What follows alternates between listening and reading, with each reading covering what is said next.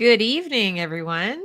Good evening. Welcome to The Reason We Learn. I'm your host, Deb Philman, and I am very lucky this evening. I'm joined by two very smart, very wonderful women. I've got Adrienne from ScioSophia, and I've got Lisa Logan from Utah Parents United and Parents of Patriots with me.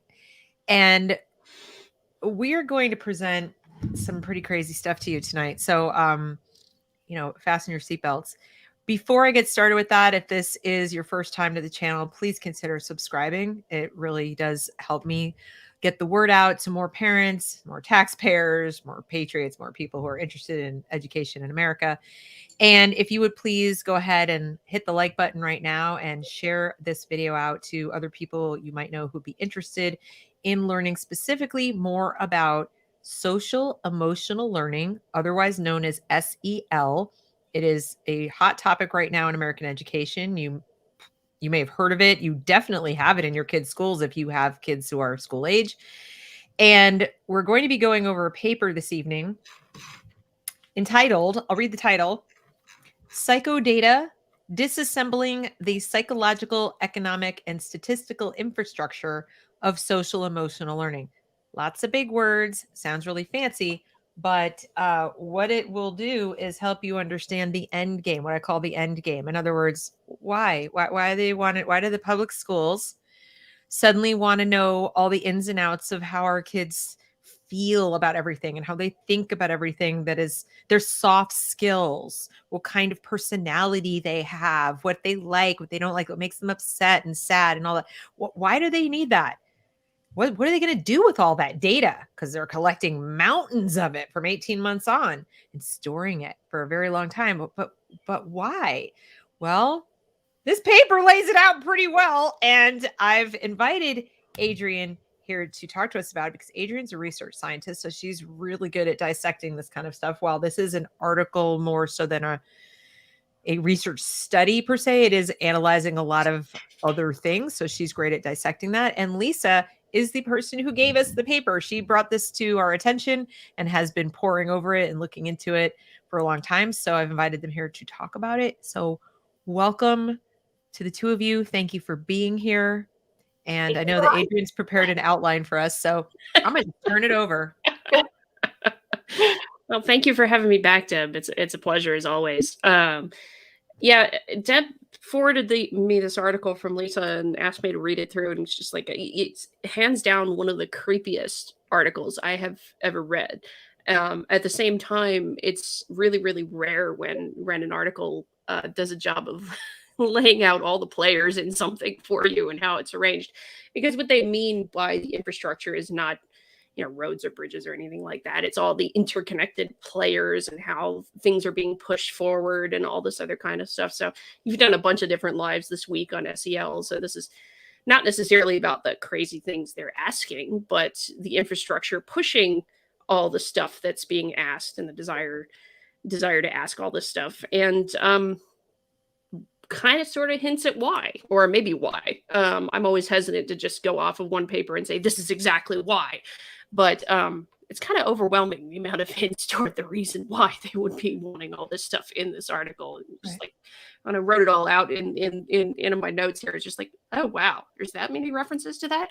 So I guess there's three main points. I think a lot of us think SEL is just about psychology or behavior. It's not.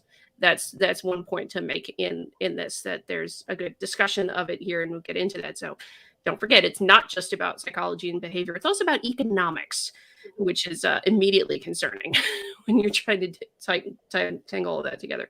There's a heck of a tangled web of actors that is pushing this particular madness, and kind of breaks down into 6 different groups and making bank off of it, because they're making lots of money off of it at this point. And Deb's already hinted at that, and Lisa's already hinted at that, and finding that out. And the last point, and probably what makes it the creepiest thing, is what we can see is that there seems to be a very creepy, overarching desire to manipulate the person to particular ends, as described by this particular article. Many times over. So those are kind of 3 points I want to hit today, just to make sure everybody gets that. And well, I don't know. Let's see. Where do we start with all this kind of stuff? You want me to just share the article, Deb, or do you want Yeah, to talk through I it? think just share it and go through it. Before we do, Lisa, did you have something to say about your first impressions of it? Because I know you're the one that brought it to our attention in the first place. Do you sort of feel the same way as Adrienne as far as, wow, this, I didn't realize economics had to do, it had to do with economics. I didn't realize, what was your take initially? Well, I wasn't surprised actually, Deb and Adrienne. I feel like I I've already done so much research into this and understand how really social emotional learning, if you look at it, and the way that even Castle is interpreting it through these like collaborating states initiatives, is it's all laying a framework to build social emotional skills for our children to serve the global workforce. I just was shocked that they were so clear about it in this article. It's like, literally, we're going to screw with your mind. And it's all because we have this particular future laid out for you that we've already planned. And really, how nice of them to plan our future. Exactly. And then to have all That the saves me the trouble. These are most of the organizations involved, and this is why they're doing it. And like Adrienne was saying, that the infrastructure that's set up, it's kind of like a self-fulfilling prophecy, right? They set everything up to benefit themselves. It's very interesting in that regard, and I can't wait to have her analysis of it. Yeah, definitely. And you guys have definitely done more in SEL than I have, so I would defer to some of your expertise on all of that too. But as you pointed out, we've looked at it from the classroom side mostly, and we've looked at it in terms of what questions they're asking our kids and the claims they're making and these premises they have that this is so necessary for their academic achievement. And yet it's been going on for decades. And we're like, I'm not seeing the achievement. I'm not seeing that. Yeah. And admittedly, one of the ways they're couching it, to Lisa's point, is the idea that there's going to be a lot of computerization or mechanization of different jobs and careers that weren't in the past. And those aren't going to be available for people to work in going into the future in the next 20, 50, 100 years. So there is that is a legit and real concern that exists, but that doesn't necessarily justify the manipulation of kids' personalities for all this. It's not true. Okay, so I mean, how do I put this? Like, yes, lots of things will be automated and computerized, but just as people once said, oh, what are we going to do about the buggy whip makers and the buggy drivers and the people who tend to our horses and the smithies and the other, once we have the car, what happens is you have a bunch of higher order skill jobs that have tended, as progress as technological progress has advanced, you have higher order hard skill jobs that have come to exist because of the new technology. So the claim that I see is not just in this paper, but in general, that somehow what's going to be needed from everybody are soft skills. That's for a service-based economy. And a service-based economy is actually backward. That's, we have one largely, but the more technological we get, the more we're going to need people to maintain the technology, to understand the technology, to ethically analyze how to use the technology, so the technology doesn't take over our lives and we cease to be humans. Oh wait, did I say that? Anyway, so don't believe the lie that because things will be automated, we all have to have all these soft skills. Are the machines going to run themselves?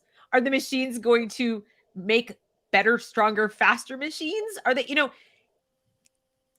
it's also really not as near as they claim. Kind of like the claim that, fossil fuel, if you ask people what percentage of our energy worldwide is produced by coal and natural gas, people, because of all the promotion of, new ideas like, wind and solar, will usually think it's, closer to 50% or something. It's still 83%. Mm-hmm.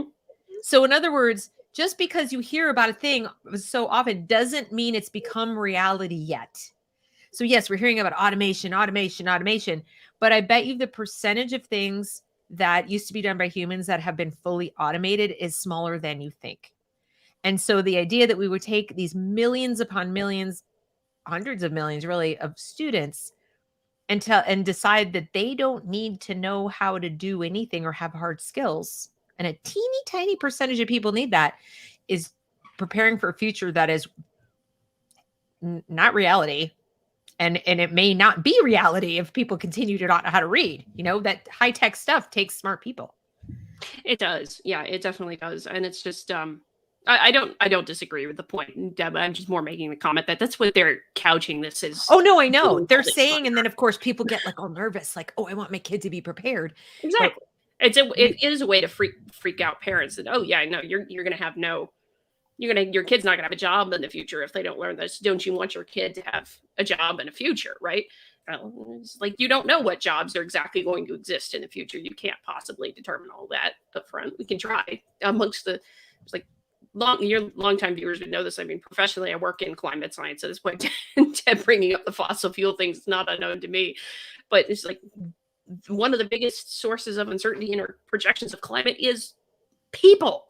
For crying out loud, in terms of what we're going to do in the future. It's not the science of climate. So totally other whole other tangent. Sorry about that. But it's a good point. And I'm glad you brought that up, because it really does just reinforce the idea that a lot of things that we hear about or we're led to believe, we believe because we've heard them frequently, or we've heard them so many times that they take on a reality that doesn't necessarily comport with reality. Right. Well, and then there's the other point, is like, what comes first, the chicken or the egg? If they envision this reality, set everything up so that it becomes that way, it's like, are we projecting into the future saying it's going to be that way? Are we deciding it's going to be that way and then working backwards, right? And getting everybody to have those skills, so then we have to have machines doing everything. So there's that question too. Exactly. So let's see here. So on the first point, it's not just about psychology and behavior, though that's certainly a big component with this. It's about, and just a point to make, they're pushing all this knowing that everything is widely contested. Just to make the point there. Everything is widely contested, but they're pushing it anyway. FYI. Just for like, people don't like this, but we're doing it. Just like, okay. But yeah, the point is not just that it's behavior or psychology, what have you. And this whole section talks about it. And it is actually the first part of the whole infrastructure is the expertise. Because of course, define what the heck you mean by an expert is one of the things you come up with. But look what we got. What do we have here? Surprise guest. We have a surprise guest. We have James Lindsay. Thank you for joining us. Y'all. We've just gotten started. All we've basically accomplished is letting people know that SEL is not just about psychology, it's about economics, and this is a creepy paper, and they're asserting things that are not necessarily true, like, oh yes, everything will be automated in the future. And Lisa made the point, well, which came first, the chicken or the egg? Are you wishing this into being, or is this an accurate reflection of reality as it is? So that's where we are. Well, seeing as I was actually writing something, I'm trying to prepare for this workshop I have coming up in Phoenix about the theology of Marxism. So I was writing about the Hegelian dialectic to kind of get my notes together, my thoughts together.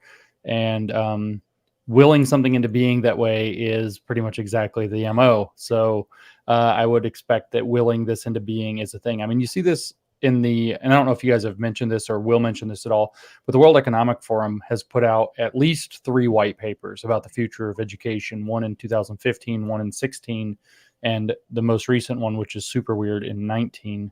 They're kind of huge repetitions of one another. If you've paid any attention to the World Economic Forum, you'll notice that there's virtually no substance, but a lot of fluff and saying the same thing, which is a lot of kind of aspirational stuff with one scary paragraph somewhere in the middle of it, no matter what it is. Like all of Klaus Schwab's books are the same book.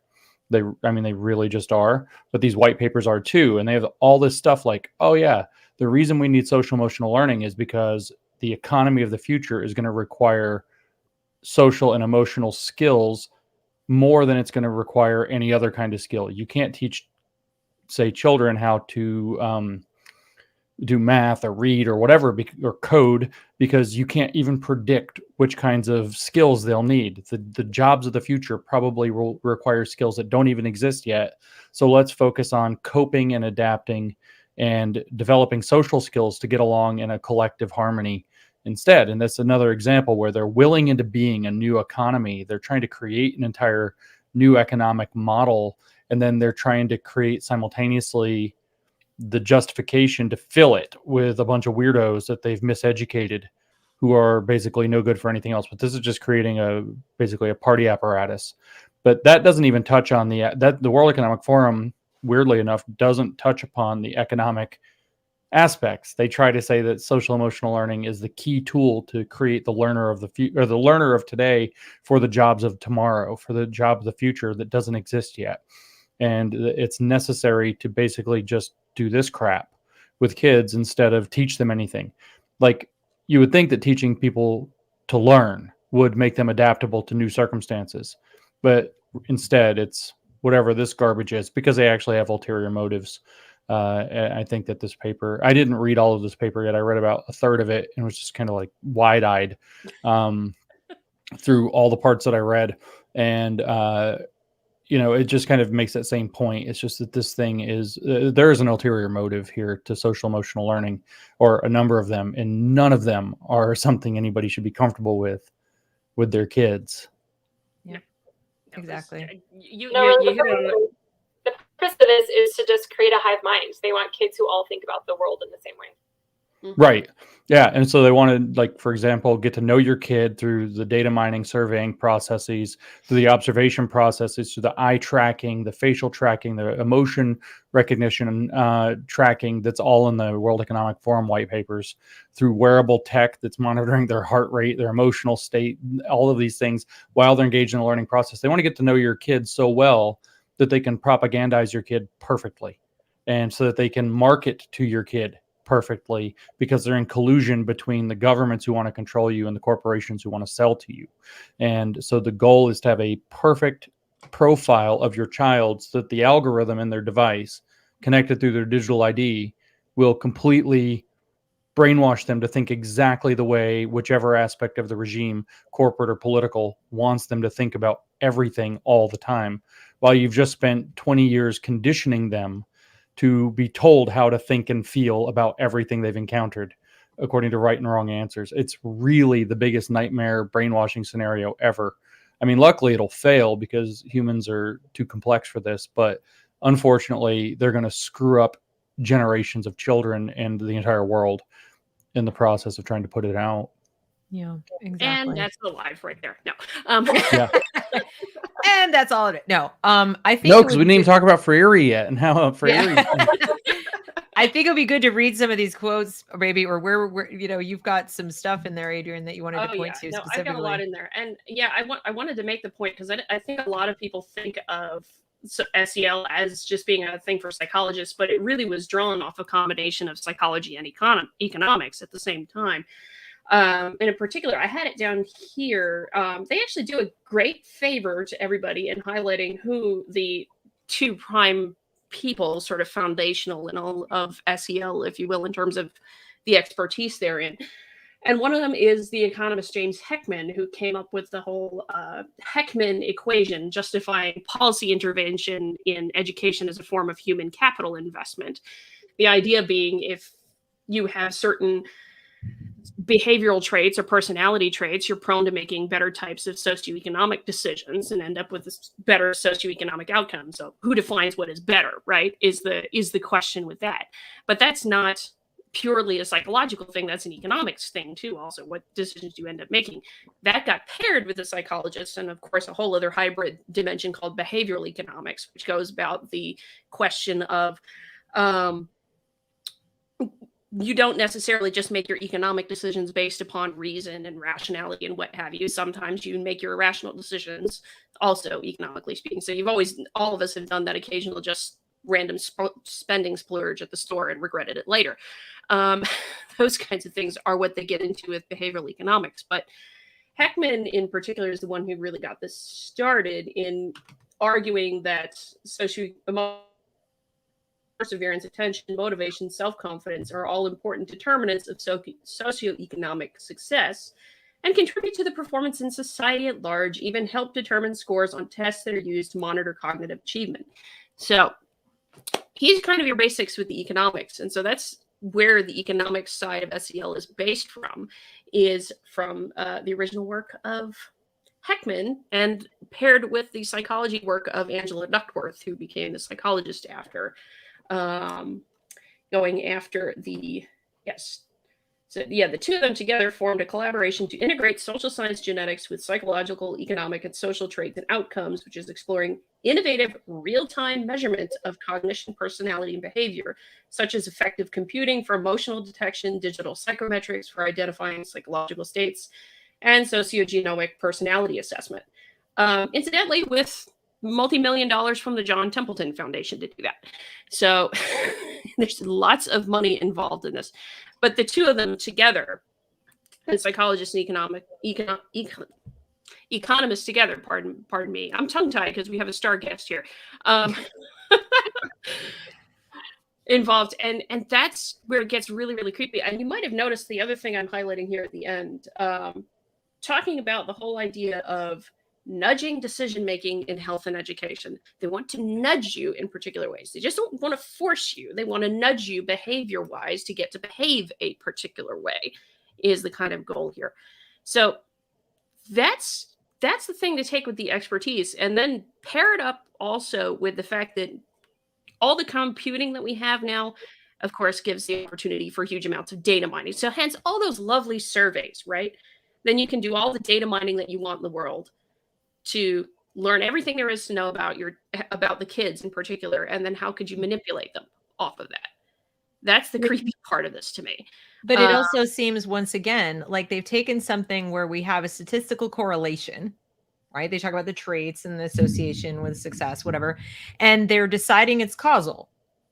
And then they're flipping it around and trying to figure out how can they get these traits into people.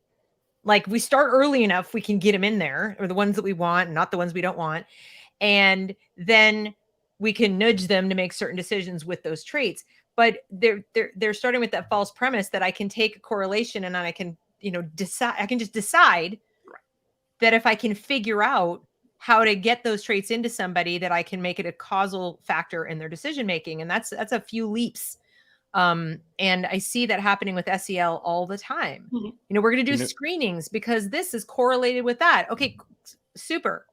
But now you're taking in so much data on everyone that the signal is lost in all the noise. Whatever signal might have been there, you're going to now create signal. I think that's what James is talking about, is they're willing it into, it's like, let's create meaning out of all this data to mean what we want it to mean. And look, it works for our thing that we wanted, when there's no evidence whatsoever that it does.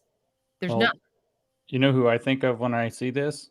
Herbert Marcuse, which is maybe not the name. You maybe thought, oh, he's going to say Freire, because the interface is Freire, and that's exactly where they dump this in education.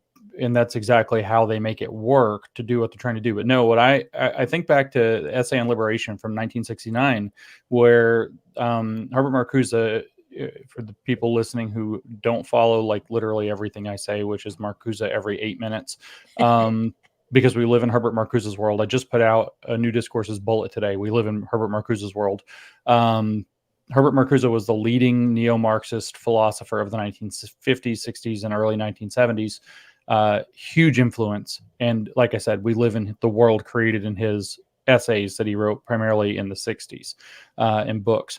And the 69 essay, the Essay on Liberation, begins with a chapter or a section, depending on how you want to break it down. When I say essay on liberation, it's like in standard print, it's like 170 pages. So it's a very long essay. If you want to call them chapters, do what you want.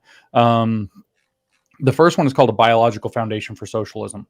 And what he explains is that capitalism has been very successful and has actually stabilized the working class. And so one of the things, and just made them conservatives. And so stabilized society also, and generally made our society a center-right society.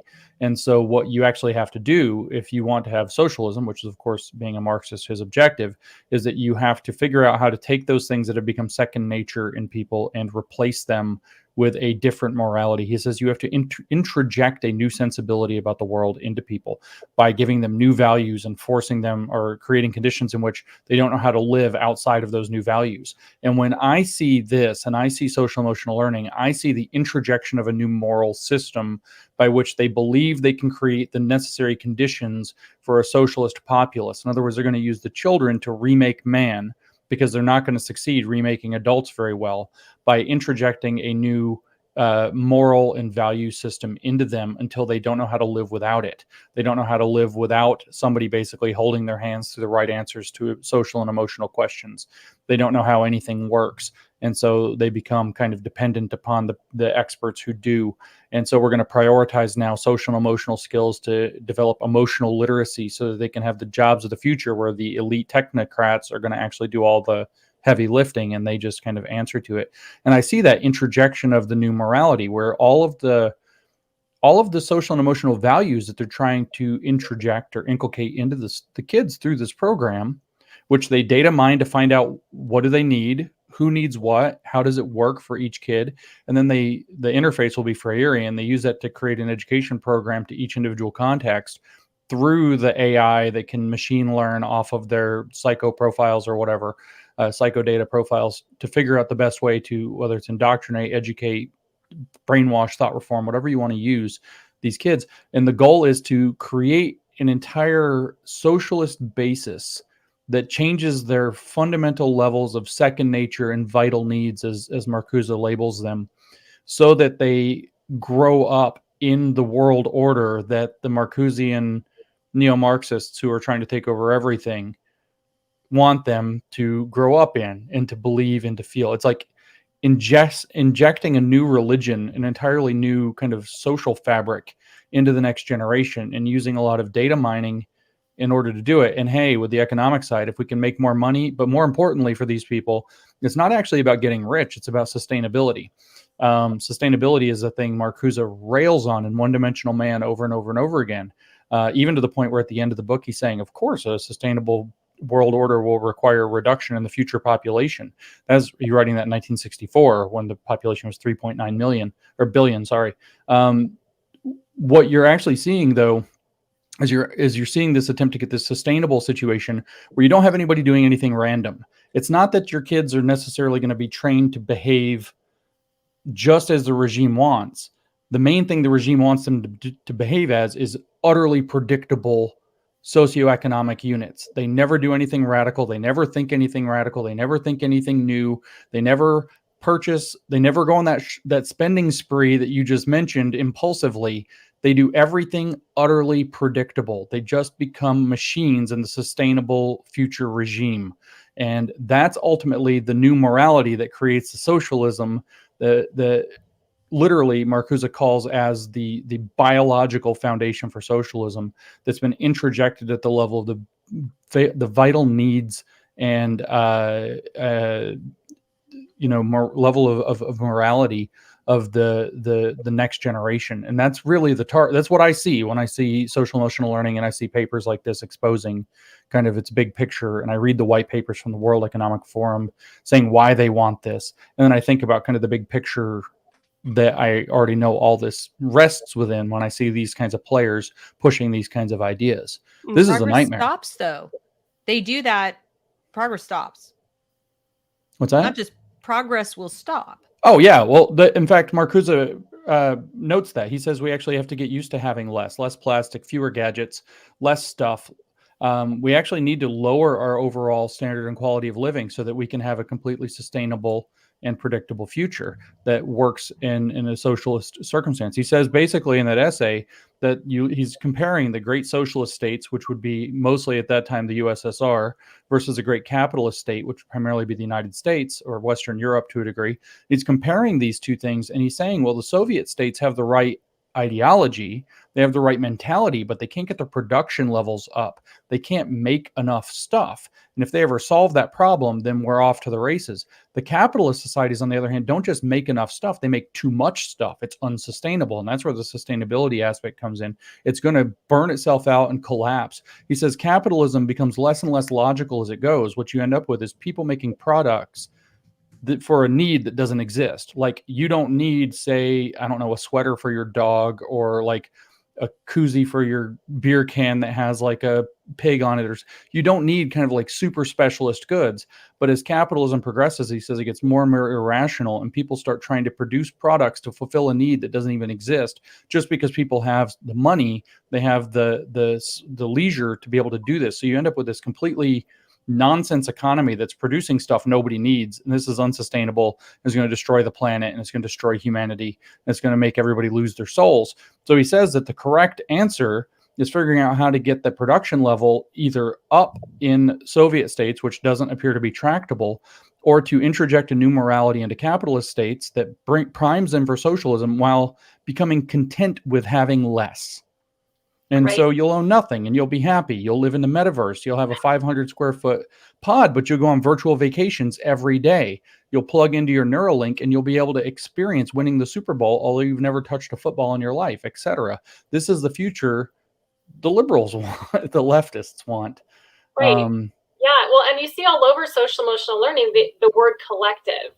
Really what they're trying to do is get students to think about, well, how can I serve the needs of the collective and have that be more important than their needs as an individual, right? So we're not educating kids so that they can go out and do what they want to do in the world. We're educating them to benefit society as a part of the collective.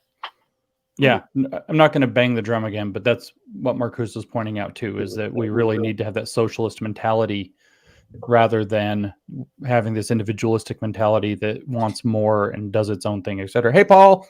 Hey, James. Paul, Rossian, and we have a teacher joining us. I just wanted to say one thing that is slightly heartening.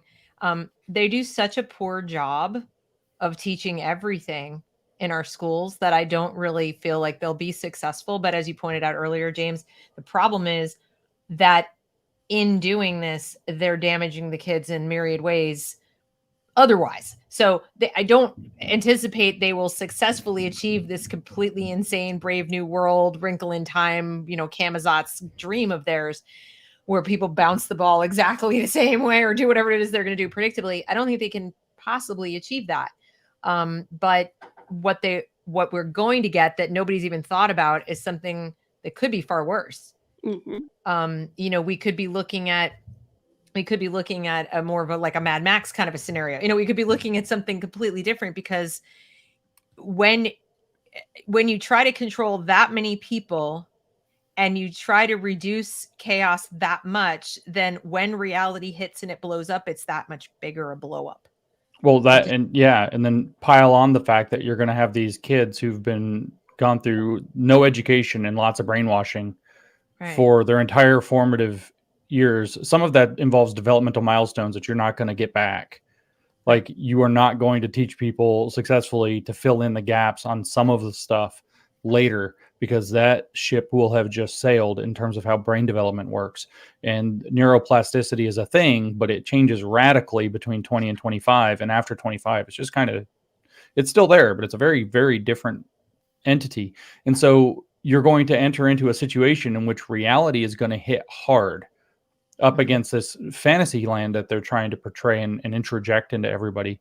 And you're going to have basically 1 to 3 lost generations of complete incompetence who don't know how to do anything except kind of have emotional freakouts over the fact that everything's falling apart. I mean, we're already dealing with a generation. We already had that argument a couple of times through COVID and whatever else, where it was, the supply chain disruption in particular. It was, I remember having arguments and seeing on social media, lots of people having arguments with people saying, well, where do you think you're going to get food if everything kind of goes really south? And people were literally arguing back at the grocery store, well, how do you think the food is going to get to the grocery store? And then the answer was, it's just there.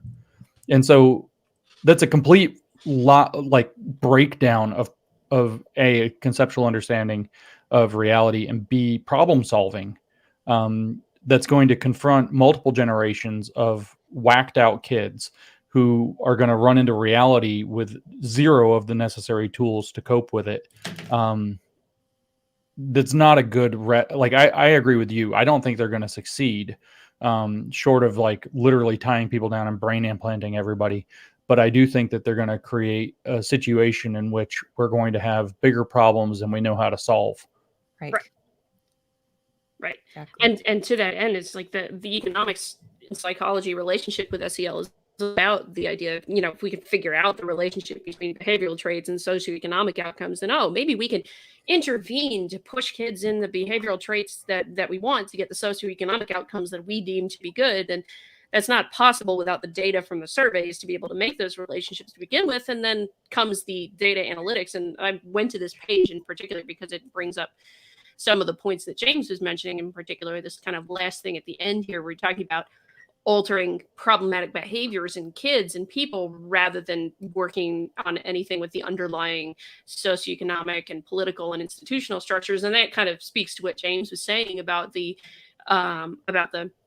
whole idea of let's introduce a little bit of socialism into the capitalist countries kind of deal. So that's kind of the three things with expertise that you see here: psychologists, economists, and data mining expertise with the tech there, which forms that first cog in the infrastructure that is SEL at this point. And like I said, this article is great for the fact that it did us a favor and laid out a whole bunch of the actors that are associated with SEL. And James got to the end there that, yeah, the World Economic Forum is one of them that is quite one of these actors pushing this nonsense or pushing this mess. It's going to mess with a heck of a lot of kids and screw a lot of things over in the interim before it falls apart. But I'll point out, just to reiterate, that once again, people ask me all the time, what is the end goal? What is the end goal? What is the end goal? The end goal is sustainability under their definition, which means complete predictability of the entire economy. They want the entire thing. No boom and bust cycles, no bull markets or bear markets, just one kind of steady growing market that enriches the people that they want it to enrich, that kind of just cruises along at completely predictable, steady growth rates. They call it a circular economy, as a matter of fact. So it will grow. Progress will probably stop, but we'll just keep recycling what there is up into the top, and nobody else will have anything. And the goal, though, is completely predictable economy, which means completely predictable people, which means completely predictable children. And so the conditioning here is going to be able to figure out how to get in people's heads and completely predict them. Now, one of the ways I mentioned the introjection of morality, one of the points I should have raised then that I didn't, and I'm kind of rushing and core dumping on you because I'm not entirely sure how long I can stick around. But one of the other points, of course, is that you're building a social credit profile for children by doing these surveys, these profiles. What do your parents do? Are you a kulak? Basically, are your parents rich landlords? Oh, that's a bad identity. That's bad for your social credit. You're building up this kind of social credit profile, but the social credit system becomes an even stronger. That's your like adult reinforcement program, so that the kids get SEL and get thought reformed into the new system, and then the social credit system locks adults into it virtually permanently. And so the degree of a social credit profile that they could make of us as adults is pretty good, but rather limited. But if they've been data mining down to the levels of like wearable tech being kind of the future direction of SEL, using wearable tech to intervene in kids' emotions before they even know they're having them, you're talking the capacity for some really intricate social credit things, like something comes up on the screen or whatever in the classroom, or the teacher says something, the kid has an emotional reaction, their wearable device, the ring they're wearing, that measures their heart rate and perspiration, whatever else, alerts that there was a negative emotional reaction to the thing that was said, and your social credit score gets docked. And so now, you're doing lines or whatever, you're going into some kind of restorative justice bullshit program instead of going out to recess today, or instead of being able to eat a nice lunch, you have some kind of punitive thing or whatever else. This is the kind of the utter control that they want to create perfectly predictable citizens, so that they have perfectly predictable economies and also no revolutions. Right, which is why they have to set the standards around ESGs. Really, I mean, because then they can say, well, the companies have to operate like this, the people you hire have to behave and think like this, and then they can control the whole enchilada. And it's also why they have to take our guns. Well, it's like our friend Mark Owsley says, Unwokeable. He says, they don't need your guns if they get your children. And Right. there you have SEL. Right. Your kids will go steal your guns and turn them in for an ice cream cone. 100%. They're you'll already go to trying to jail. do that. Yeah. Yeah. A little bit of Mao thrown in, Little good Mao. measure. We still didn't talk about Freire, but because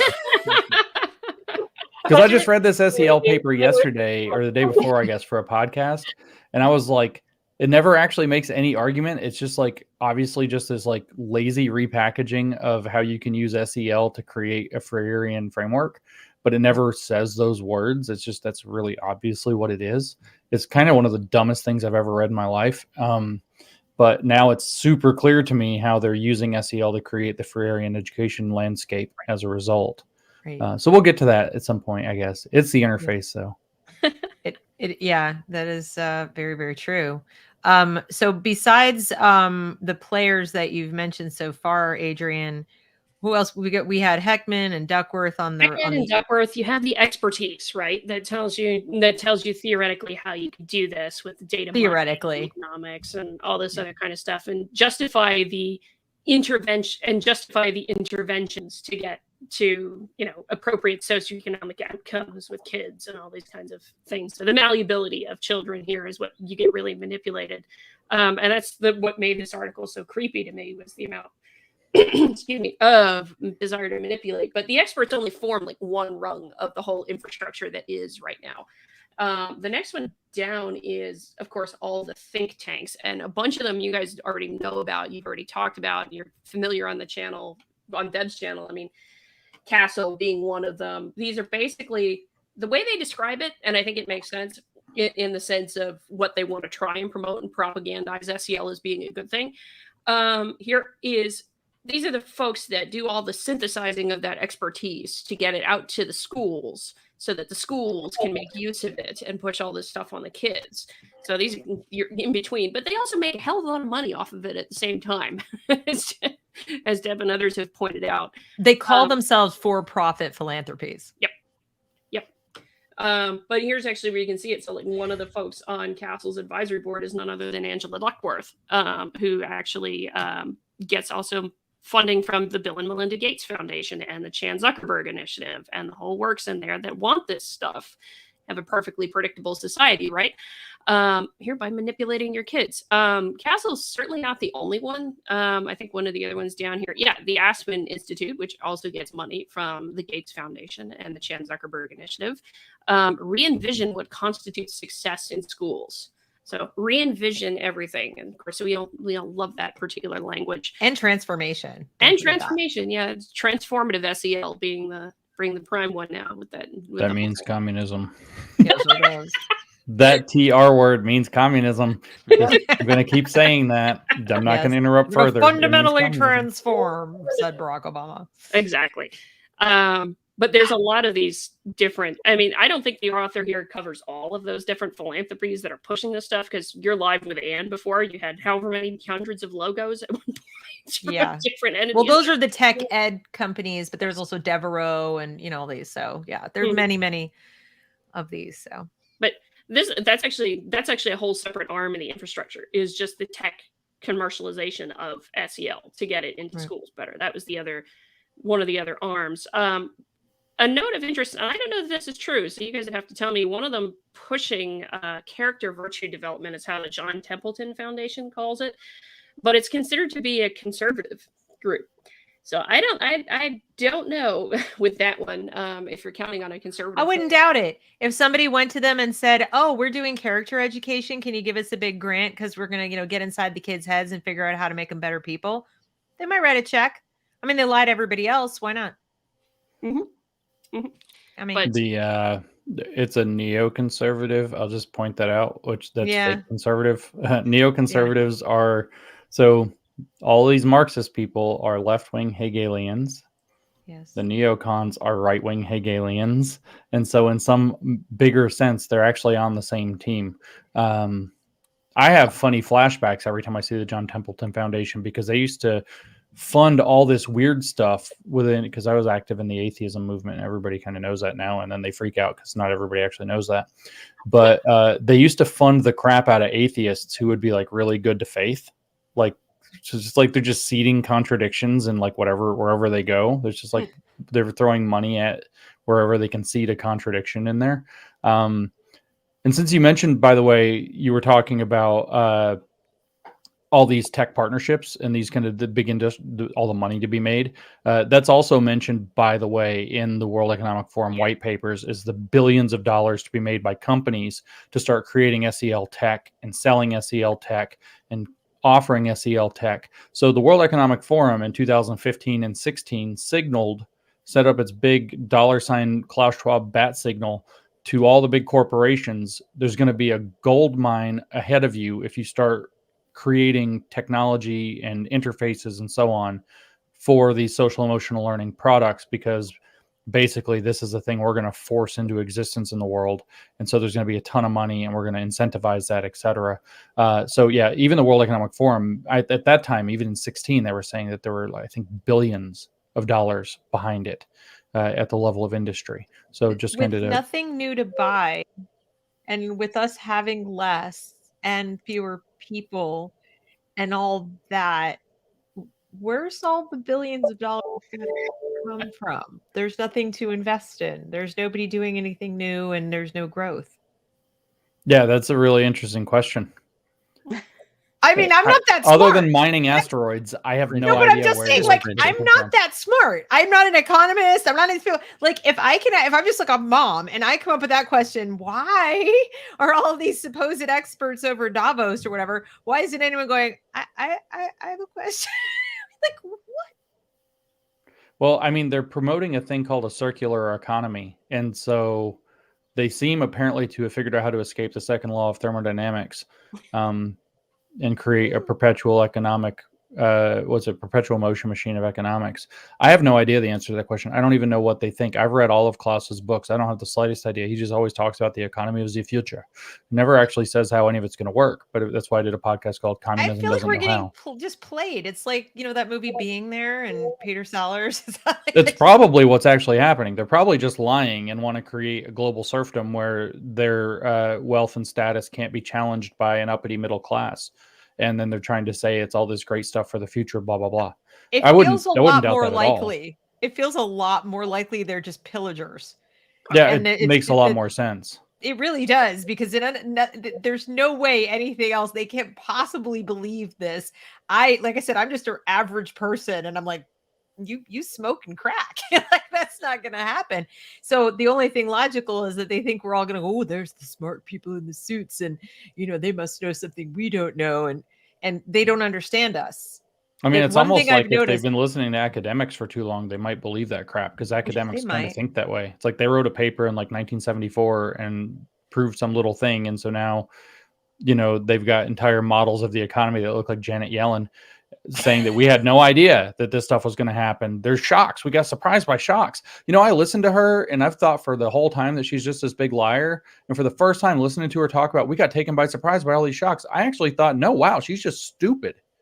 It was the first time I actually thought incompetence might be the thing behind it. No, they've known about this for decades as a possibility. No, I know, Paul. And like, there's a great book I read called Lords of Easy Money, which explains like the history of the Federal Reserve, people who've been on the board, the doubters about the kind of crazy stimulus that they're just printing. And she was deeply involved in it from for decades. So yeah, it's all just crocodile tears. I think they're going to print. They're just going to manage. I mean, the idea is like if you don't have separate banks, if all of your money's with the government, they're going to manage it. They're going to remove excess liquidity from your account when necessary. They're going to pump in excess liquidity or extra liquidity when necessary. And there's not even going to be a need to have the economy will be managed by some Federal Reserve entity to an even greater degree of control than we're seeing now. Like whereas individual accounts will be managed as necessary. So you get stimulus people and trillions of dollars of debt. Well, the debt, there is no debt. I mean, it's going to get so big that the debt itself is virtual. Too big to exist. Right. And so it'll be just a black bottomless hole that, no one is ever going to account for it ever. I think that's the way they think about it. Okay. Let's go with that. I don't know the answers past that either. Yeah, No idea. that one's too big for. Yeah, it's way above my pay grade. So then we get to the ESSA stuff. Now we get into our tax dollars, right? Yep.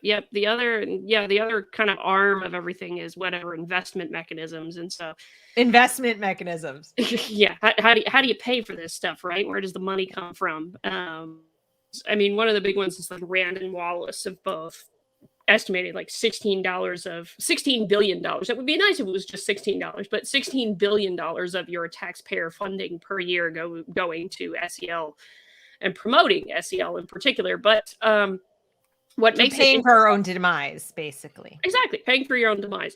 But ESSA is interesting because it's evidence-based programming to promote SEL with ESSA, right? But one of the thing that struck me with this is this social impact bonds kind of scheme to pay for the success and what have you.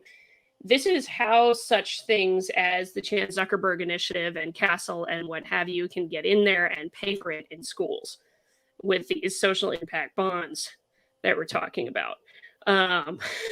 It's not directly. They allow investment banks and wealthy philanthropies to invest in educational services and programs and collect public money with additional interest as profits if they meet agreed outcome metrics. I'd love to get a look at those outcome metrics. That looks like the biggest scam that I've seen in a long time. Wow. It thinks of public-private partnership too, doesn't it? Yep. But that's the mechanism. That's the mechanism that lets all those philanthropies and banks and what have you get in there into the schools and start offering this stuff. And profit off of it at the same time. Just as a note, everyone, there is this much evidence that SEL does anything they say it does, never mind anything good. Yeah, the only evidence that they use to support SEL is a very flimsy meta-analysis done in 2011 when the model of SEL that was employed was a completely different model and is in fact the model that every paper about SEL now criticizes for being, and I quote, white and neoliberal.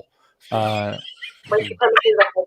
so it's a literal, that was the topic of the podcast I recorded yesterday, is that it's a bait and switch because all the evidence that they present uses something that's based off of either a faith-based or more often a personal responsibility model of SEL that use targeted interventions, et cetera, that kind of evolved out of whatever original crackpot scheme it was in the very beginning.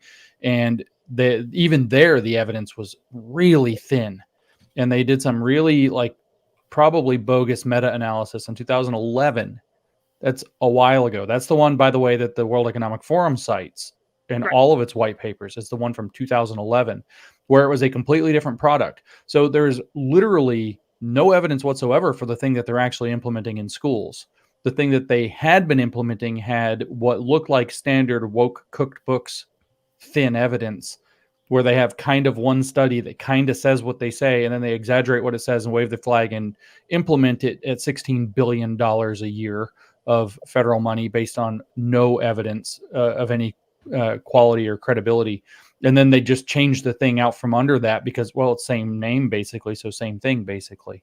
But here's the thing: this is supposedly the said evidence that they're using, that there's an 11-to-1 cost benefit ratio of system of economic return here. It's not necessarily about the kids doing well in school or anything like that. That's cited in the World Economic Forum 2016 white paper also. I didn't go investigate that particular study independently, but I bet you it is really a suspicious claim being made there. I call it suspicious because it's funded by Warren Buffett, essentially. That's actually what's right down here. Is just like it goes on into it to say, okay, that cost benefit report funded to the tune of, by the Novo Foundation, which comes out of Warren Buffett's pocket. I'm much more worried about, as much as I'm concerned with Warren Buffett, blah, blah, blah, that next line has a much more concerning name on it.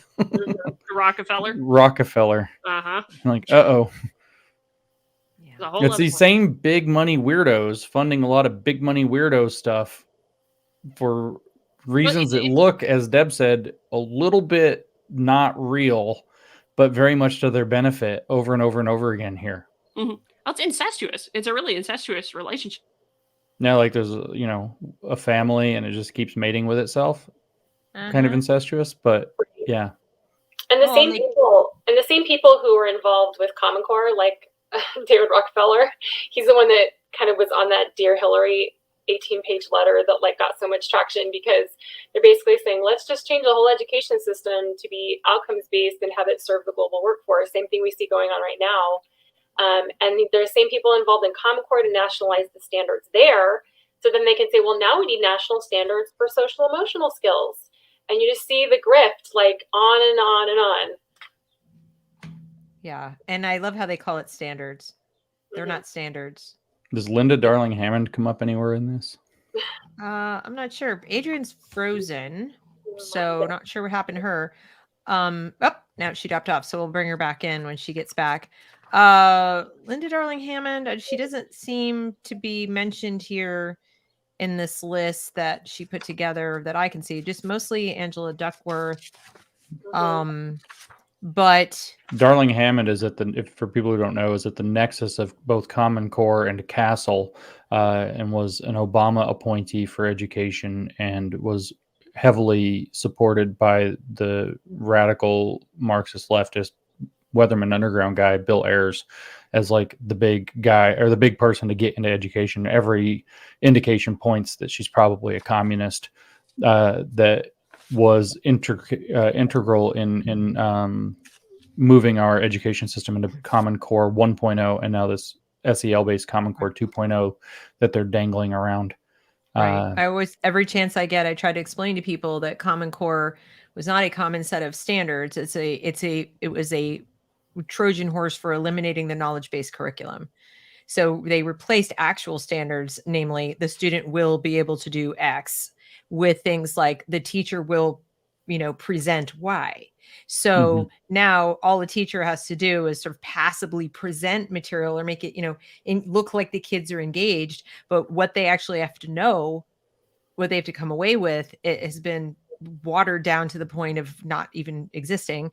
Oh no, Freire is about to appear. A wild Freire is about to pop up because the Freirean model. I'm going to talk about Freire now. Go ahead. Freirean model uses a concept. I keep saying this on Twitter. I've actually written a little book about Freire, so now I'm like, I don't really want to talk about Freire because I just want to put the damn thing out. But it's because I don't want to repeat myself. But he uses a concept called a generative themes model of education. And so why are they data mining your kids? Well, all the reasons we talked about before, but also it enables them to create what are called the generative themes. And so then what you do through what you might call it systemic SEL, as they do now, or otherwise, you inject those generative themes into the lesson. So for Freire, he's talking about reading lessons. So you talk to the peasants, because he was teaching adult literacy to peasants in the third world. You talk to the peasants, you find out what the conditions of their lives are, and rather than giving them basic phonics style reading assignments to teach them to read, instead you listen to them, and you as the facilitator, educator, go decide which themes and words are relevant to their lives. Slum, if they live in the cities; day laborer, or hard work or labor, or suffering, starving, or whatever it happens to be if you're out in the fields. You pick these generative concepts, and those become and he had various stupid rules to make it plausibly look like a literacy program, but those become the concepts that you present. So rather than teaching people simple words and how to read them, how to identify syllables or pronounce them or whatever, in Portuguese you would go through syllables rather than phonics in English.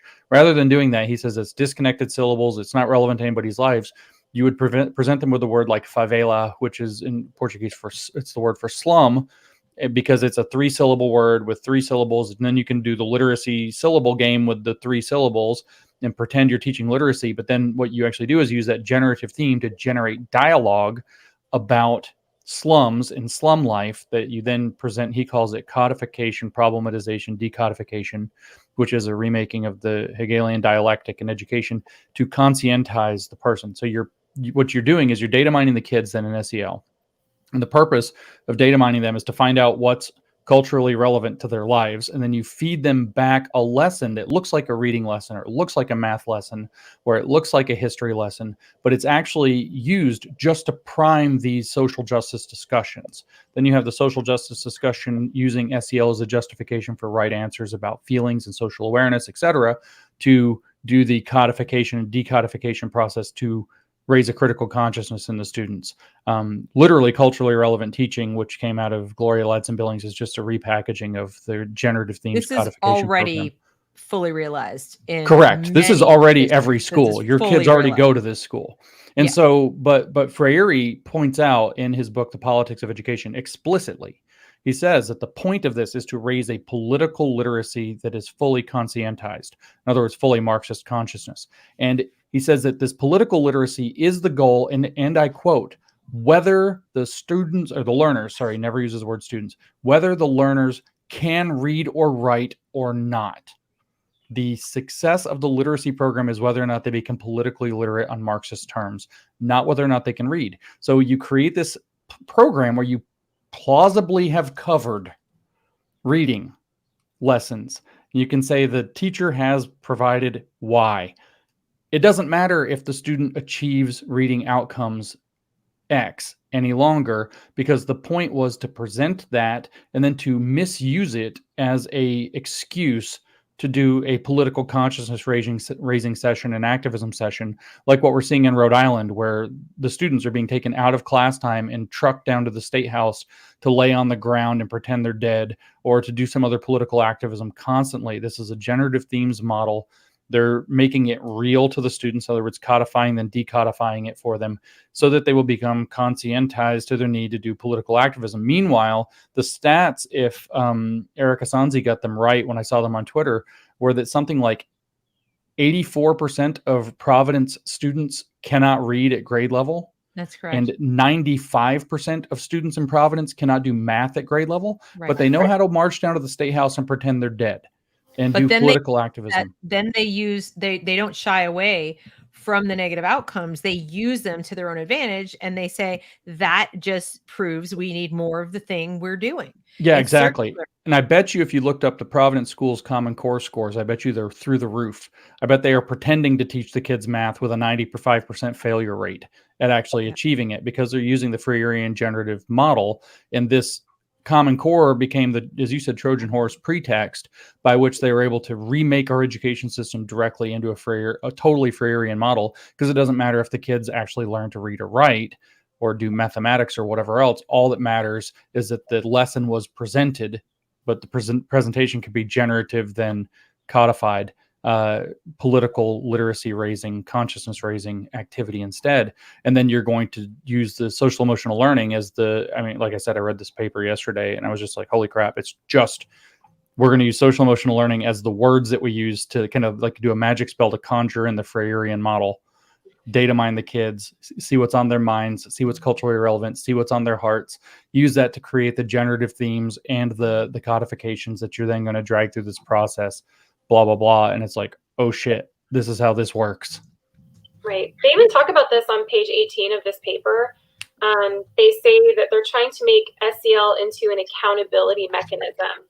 And that SEL is being framed as a way of rating educational provision and performance. And this is what we see now with personalized competency-based learning, because then these kids have to meet these social emotional learning competencies. And really the people behind this see this as a stepping stone to what they call liberatory education, is exactly what James was just talking about. It's completely Freirean. Basically, they're going to infuse critical theory into every single academic subject. Right. To interject a new morality so that we can have a biological foundation for socialism and a sustainable world order.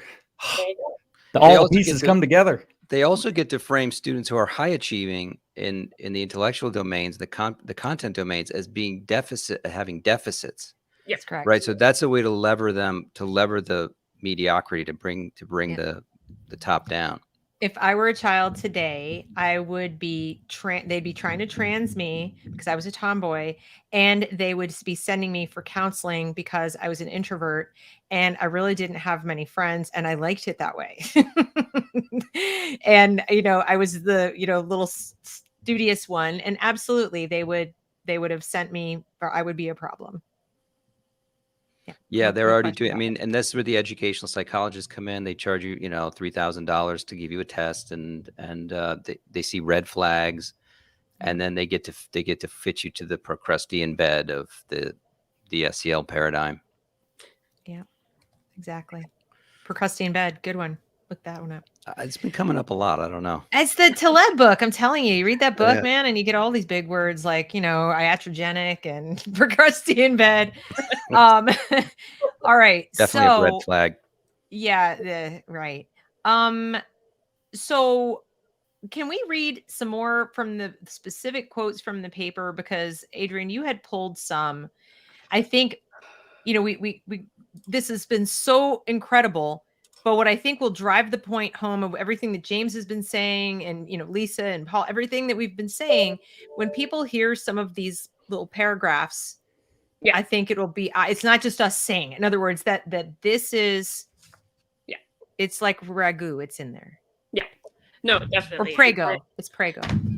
and I apologize. I had to drop off and deal with the World Economic Forum guy at the door who didn't want me to talk about this. No. They are already limiting my monetization of this, though, by the way. We're not even done. And it's limited. Yeah. Little thing popped up. I was like, oh, okay. I guess we upset Klaus. Anyway. So, what you got? Because you had some doozies. I had a bunch. Yeah. I mean, I don't know how much you went through the rest of the other few arms of things, but the other arms of the infrastructure, basically the whole commercialization with tech that we've already kind of hit at, alongside of the notions of local politics with ESSA requirements pushing states to adopt SEL because they have to distribute funding based on if they're supporting student growth in SEL, right? Right. And then, of course, the other thing we've already hit at it is the World Bank, UNESCO, OECD, World Economic Forum, all the rest love SEL so that they can, have the economy that they want, right? Or the people that they can control at the same time. I found them. I found the ones you sent me. If you want me to read from these, I got them. Yeah, there's a bunch of them, and I think it's just so freaking creepy. Psychologists, behavioral scientists, and economists have established remarkable positions of expertise, authority, and influence in contemporary societies. In particular, increased political concerns with the emotions, well-being, and behaviors of individuals and populations as healthy citizens and productive labor has led to growing interest in the objective measurement and governance of subjective states. Yep.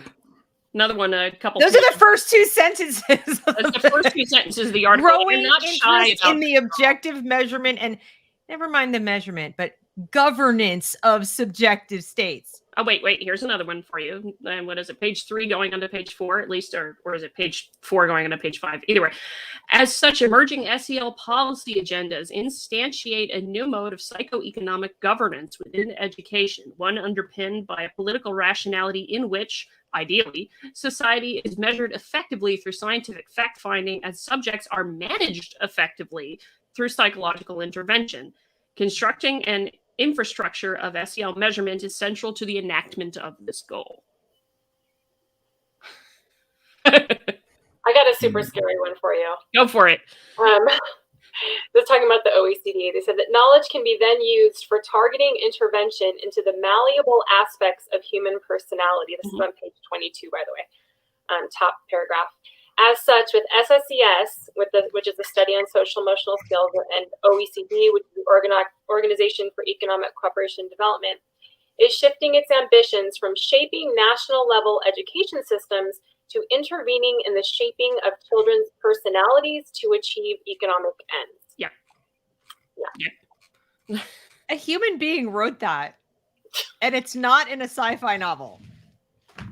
Just trying to think. I lost an editor at one point because I said that the weakness of our enemies is that they don't know how to human.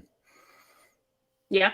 Yeah, I'm reading queer theory papers for Pride Month right now, and it turns out that it's really visible in queer theory that they don't know how to human. Like, I actually genuinely think most of these people aren't monsters. They literally just don't know why there's a difference between the public and the private domain. Like, they just have no conception that they're different.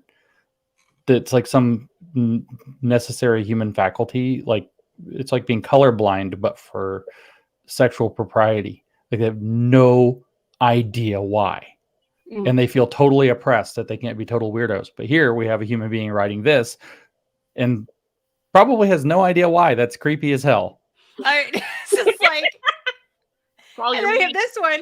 Mirroring the increasing governmental mobilization of scientific knowledge about the body, its feelings, and how to enumerate and value them within education, a psychoeconomic fusion of psychological, economic, and behavioral expertise has begun to direct policy attention to measurements of students' behaviors and emotions and their use as proxy indicators to predict socioeconomic outcomes. Mm-hmm. I got another one for you in the conclusions of the article. Through the advocacy of psychoeconomic experts, social emotional learning has also been economized as a way of producing valuable human capital, individuals who can be nudged to develop the personality traits and socio-emotional skills believed to be predictive of socioeconomic outcomes, particularly in the context of rapidly changing labor markets, where a human emotional intelligence is being reframed as an augmentative capacity to computerized artificial intelligence. There's James. Well, I don't sound like Alex Jones at all anymore. I know, right? How about I started off sounding like Alex Jones, and now it's like, hot damn, there I am. How about by disassembling the psychological, economic, and statistical infrastructure of SEL into its key component parts and tracking some of its ongoing evolution and mutation, the analysis reveals the centrality of data infrastructures to the formation and enactment of contemporary forms of policy and governance. In particular, it demonstrates how social emotional learning is being positioned as a proxy for socioeconomic value as the international organization seeks statistical data on the human psychological characteristics and emotional intelligence. Oh, you already said this part. Yeah. About the, okay, so we got that. But they're disassembling the psycho. I think James put it best. They don't know how to human. Like it's super creepy and scary if you think they could possibly achieve this. But it's actually no. That part doesn't scare me because I know they can't. The part that scares me is the damage they're doing while they're trying to do it. Mm-hmm. Yeah. That I mean, I read this literature all the time, and almost every day I read something at least once where I think, wow, they actually really wrote that part down. Like a normal person would not have written that part down. They might have thought it. Like that women's studies as a virus, that whole paper. I'm still flabbergasted that anybody ever decided to write down the ideal metaphor for our pedagogical approach is as a virus.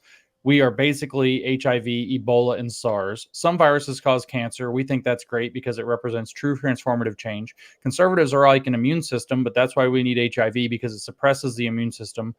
And they wrote that down. And then they were like, this is a great idea. And then they sent that to a journal. And the journal was like, this is a great idea. We should publish this. Like, well, every normal person would see like red flags everywhere and think, maybe don't put that. But they do. But if the host is evil, then the virus is good. Well, they actually say, because it's Marxist, right? So it's magical. They don't even go there. You think they would go to the host is evil, so the virus is good. Only the transformative part is good. They actually argue in the paper with no justification for why. They say, typically, if the virus gets out of control, it will kill its host. But this virus won't kill its host. It just won't. They even go to that. They're like, no, it'll be beneficial for the virus and the host. That's what they say. Oh, okay. Yeah. Well, I mean, if your analogy, just make your analogy fit any way you can. It's like X-Men. It's not that far-fetched for those of us who say they're actively trying to sterilize as many children as they possibly can, so they literally can't reproduce. They're perfectly content to have them be ones that are, they're problems. They're autistic or they, have ADHD, whatever. So much the better. It's eugenics. So we'll do a little literal biological eugenics with the gender stuff.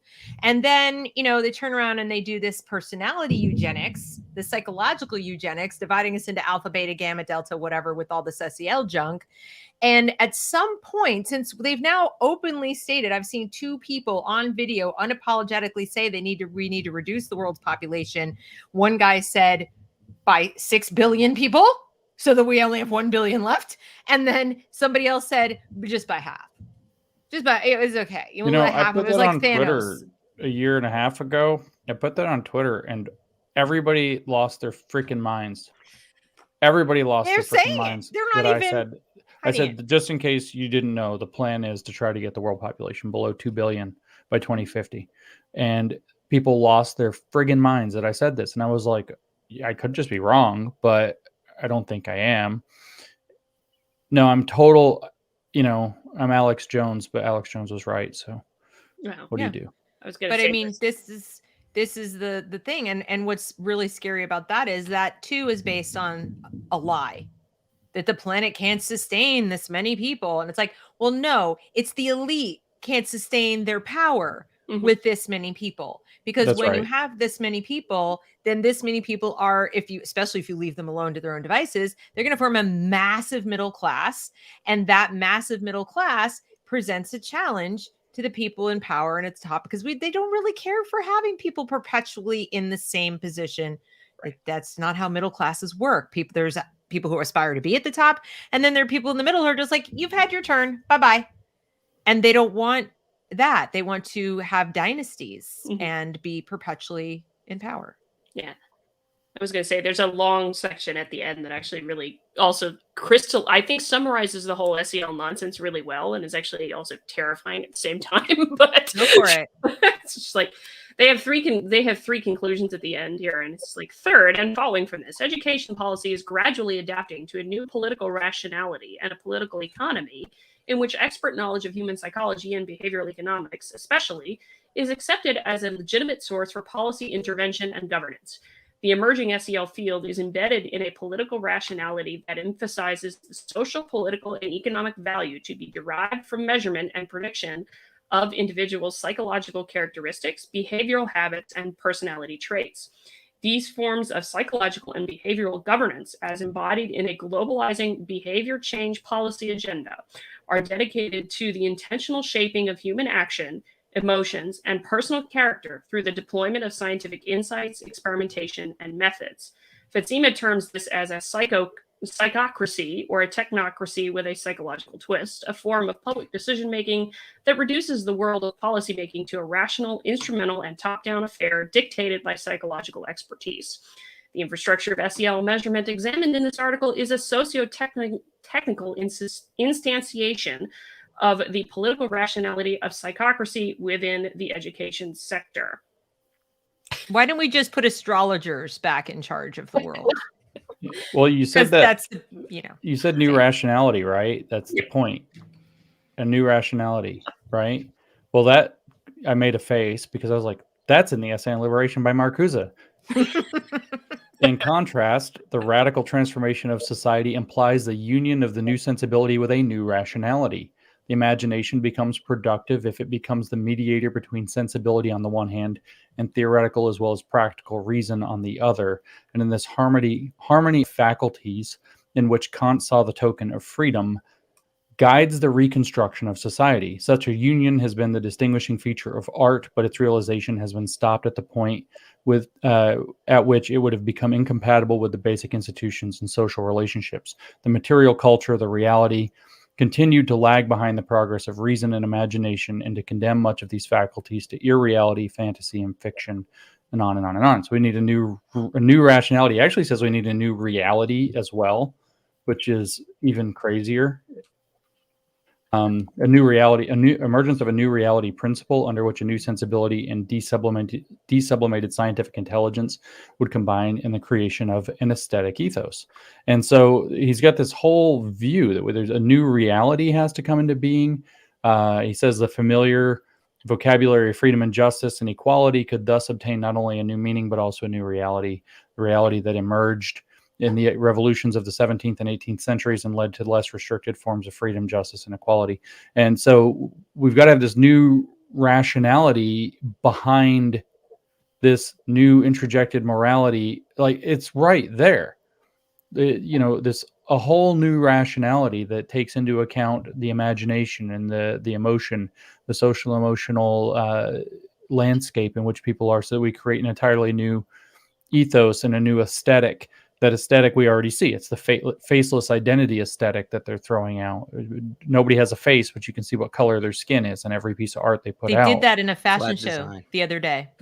They literally did that in a fashion show. They had the models wearing like a colored skin over their face. Man. So they had no features whatsoever, no hair. No, they looked like human mannequins. And they were wearing the clothes. I don't know if it was Valentino, Gucci. I don't remember what it was. And I saw a clip of it, and I was like, that right there is a visual metaphor for everything that is happening. They were doing it. That's what they Yeah, do. it's like it's the new Soviet realism or whatever, where they're trying to like will this identity political intersectional vision into existence, where that group identity becomes the marker of what you are. Soviet realism at least like leaned into the real.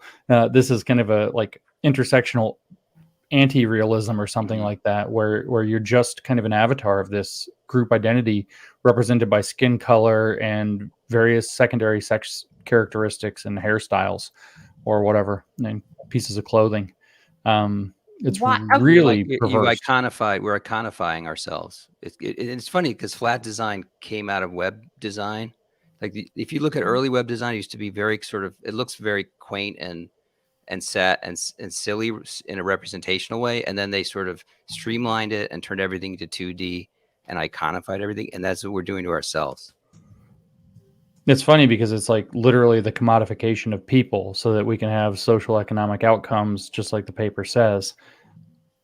Right, but then they frame it as they're trying to help people, because even in one of these, it's on page 23, they say the policy relevance of these social, study on social economic, social emotional skills then is to enable governments to future-proof or perhaps robot-proof their stock of human capital.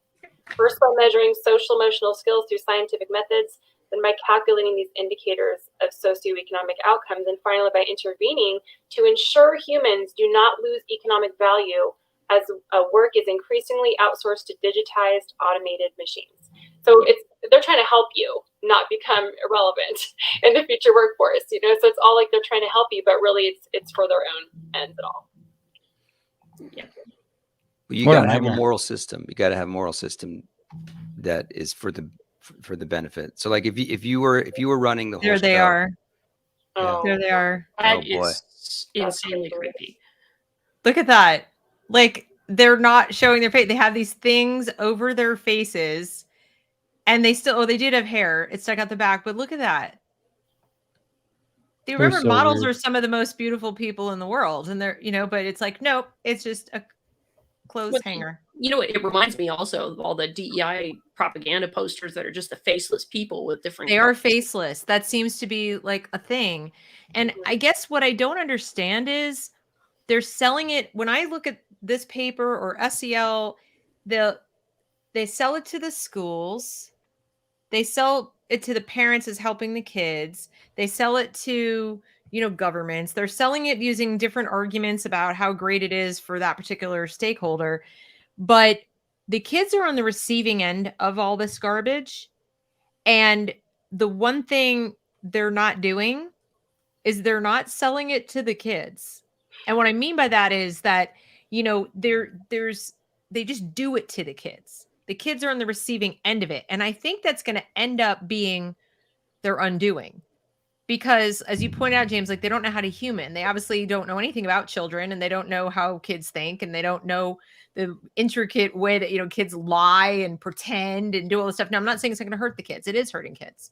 And there's no question about that. We can't even predict the ways it's going to end up hurting them. But I also think you're going to have a cohort of kids who are quite rebellious, possibly more rebellious than our founders. You know what I mean? Like, there's a point. I was thinking about it today.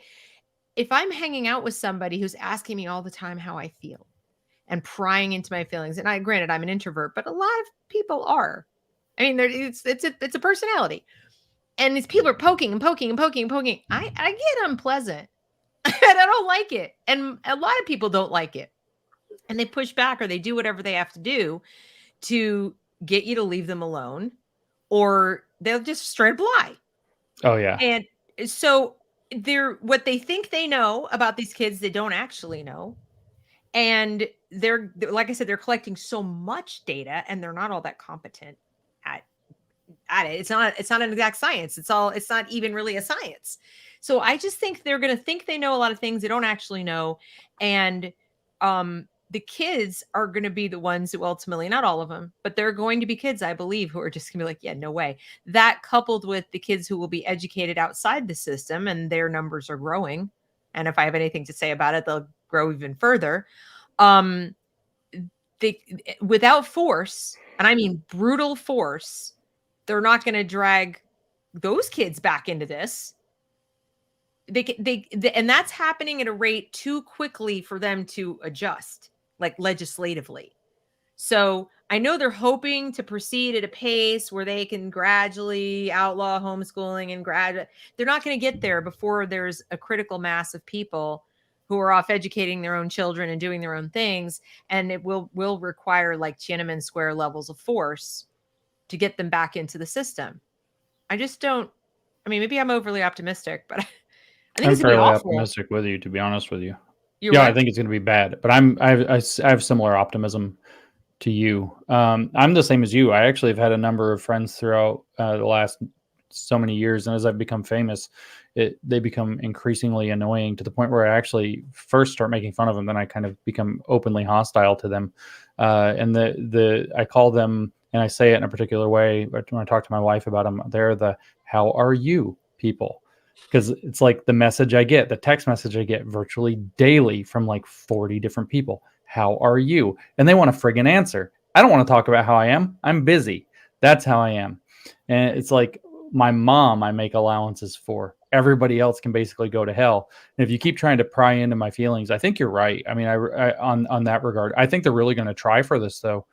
I honestly feel, to kind of give another kind of white pill moment here, I actually feel like social emotional learning, although it's already pretty entrenched and embedded and has grown up, in a sense, we were on a little bit on our heel when we took up the battle against critical race theory, and I feel like we've actually cut them off at the pass in a significant way, even though it's already so integrated in things.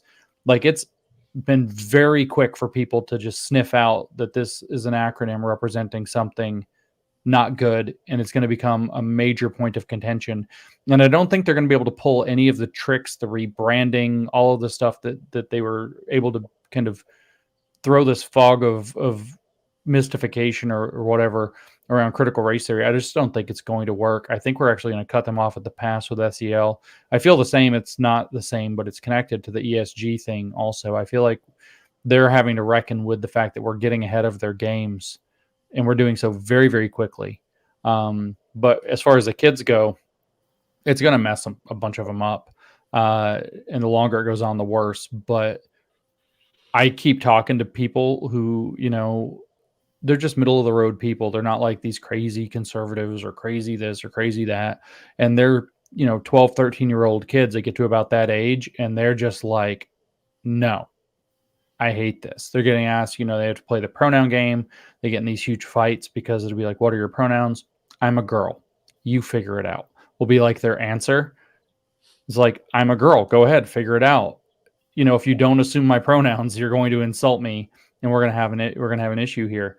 But if you do assume my you do assume my pronouns, then you're overriding me, and we have an issue here.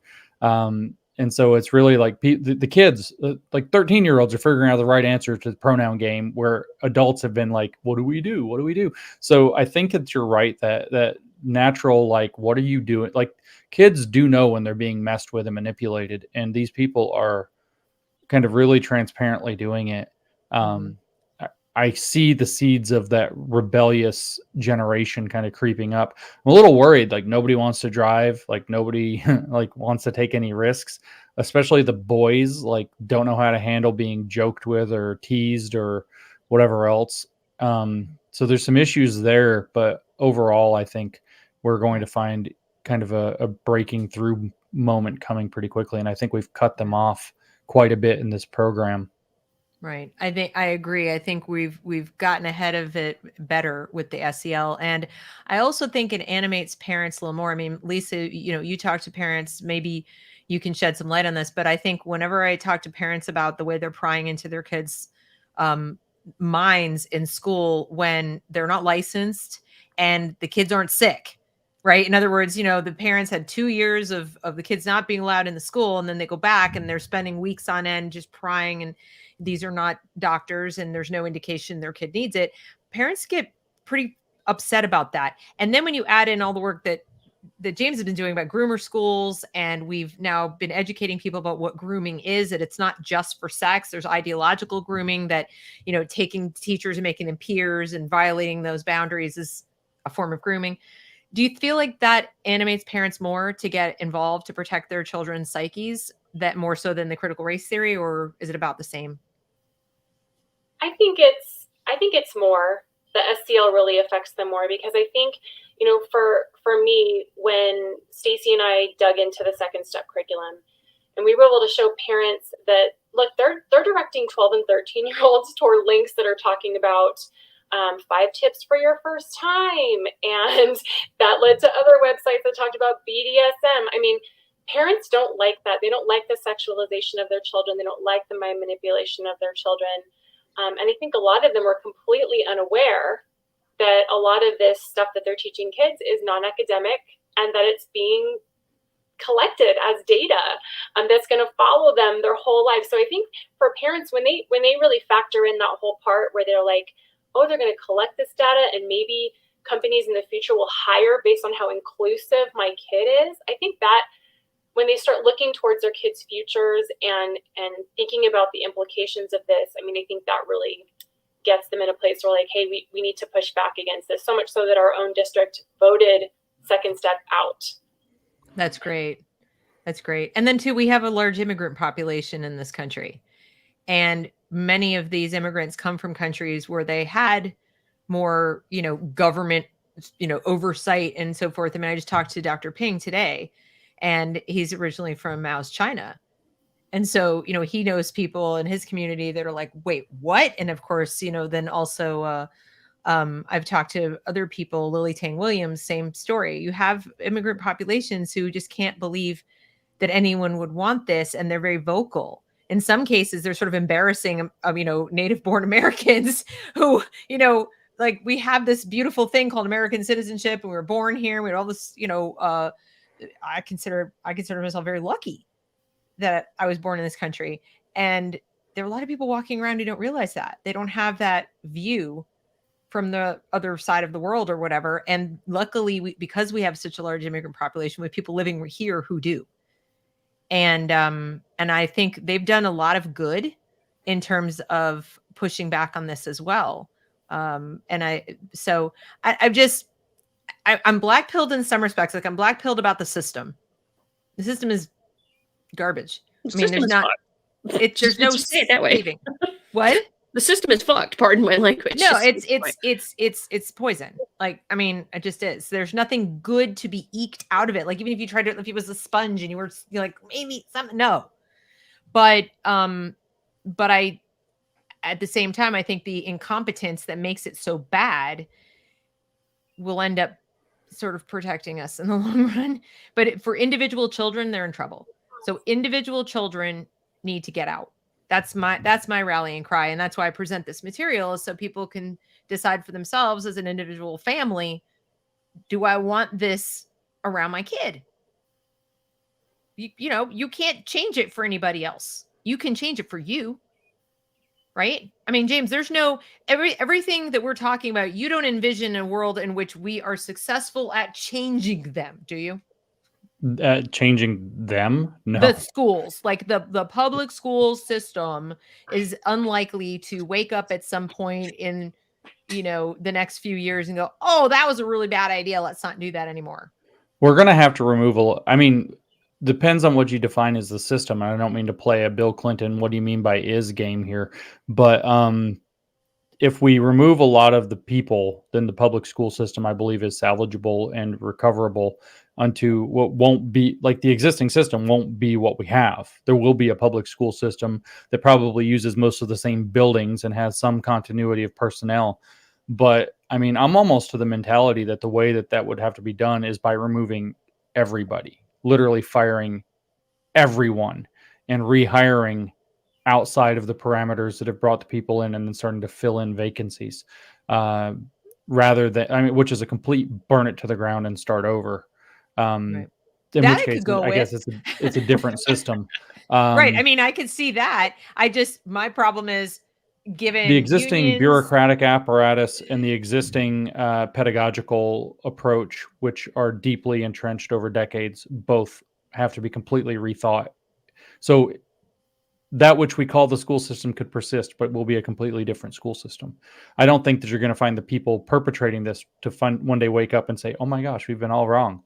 I think that they literally think that they're doing the one right thing and it's gone on long enough to where nobody's been able to point out, you guys are way off track, and there's been nobody to hold them accountable to fire them when they start getting off track in this way.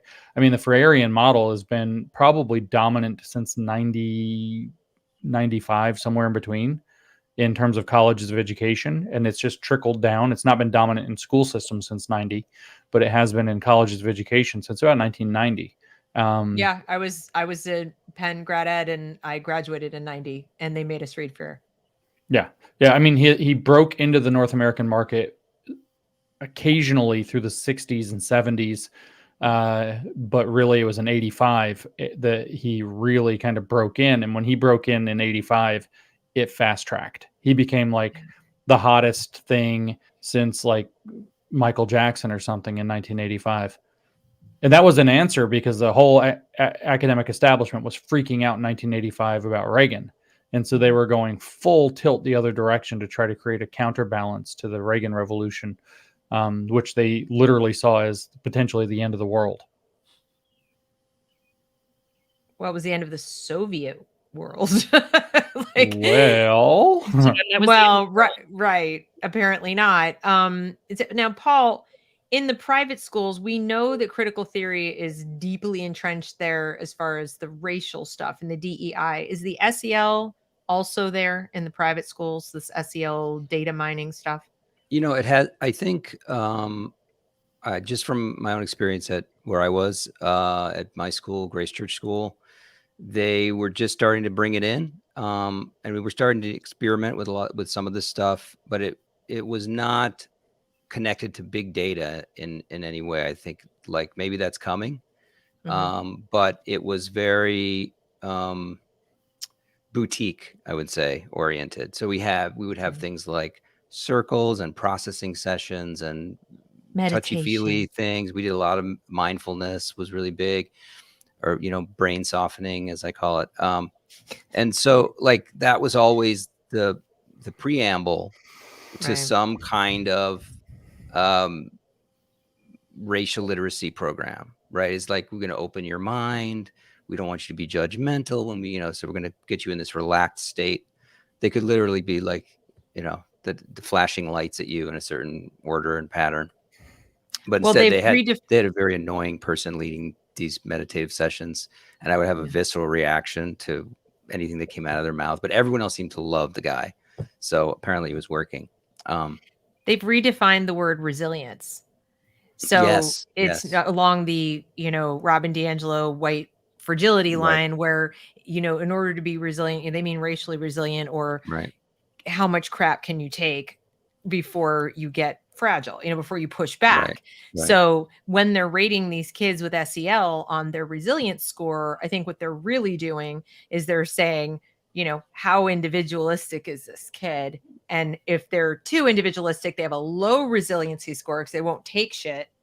And that it's the opposite of what you would think. It's actually compliance they're measuring. Exactly. Yeah. Everything's the opposite, right? It's like, James, you were saying the iron law of woke projection. Well, they also have some kind of an iron law of upside down word definition. Yeah, it's inversion. There are actually 4 iron laws of woke that I've now formulated. The iron law of woke projection, which, I mean, they're all interrelated. The iron law of woke corruption. I bet you dig into any of these people, you're going to find embezzlement or something. The iron law of, we could call this woke inversion, which is where they literally invert the situation or invert the meaning of words. And the other one is the iron law of woke overreaction, that if you identify and point out anything that they're doing, they will always overreact. Those are the 4 iron laws of wokeness that I've identified. Until next week when they tell you how wonderful it is. Well, sure, yeah. I mean, that's an inversion, though.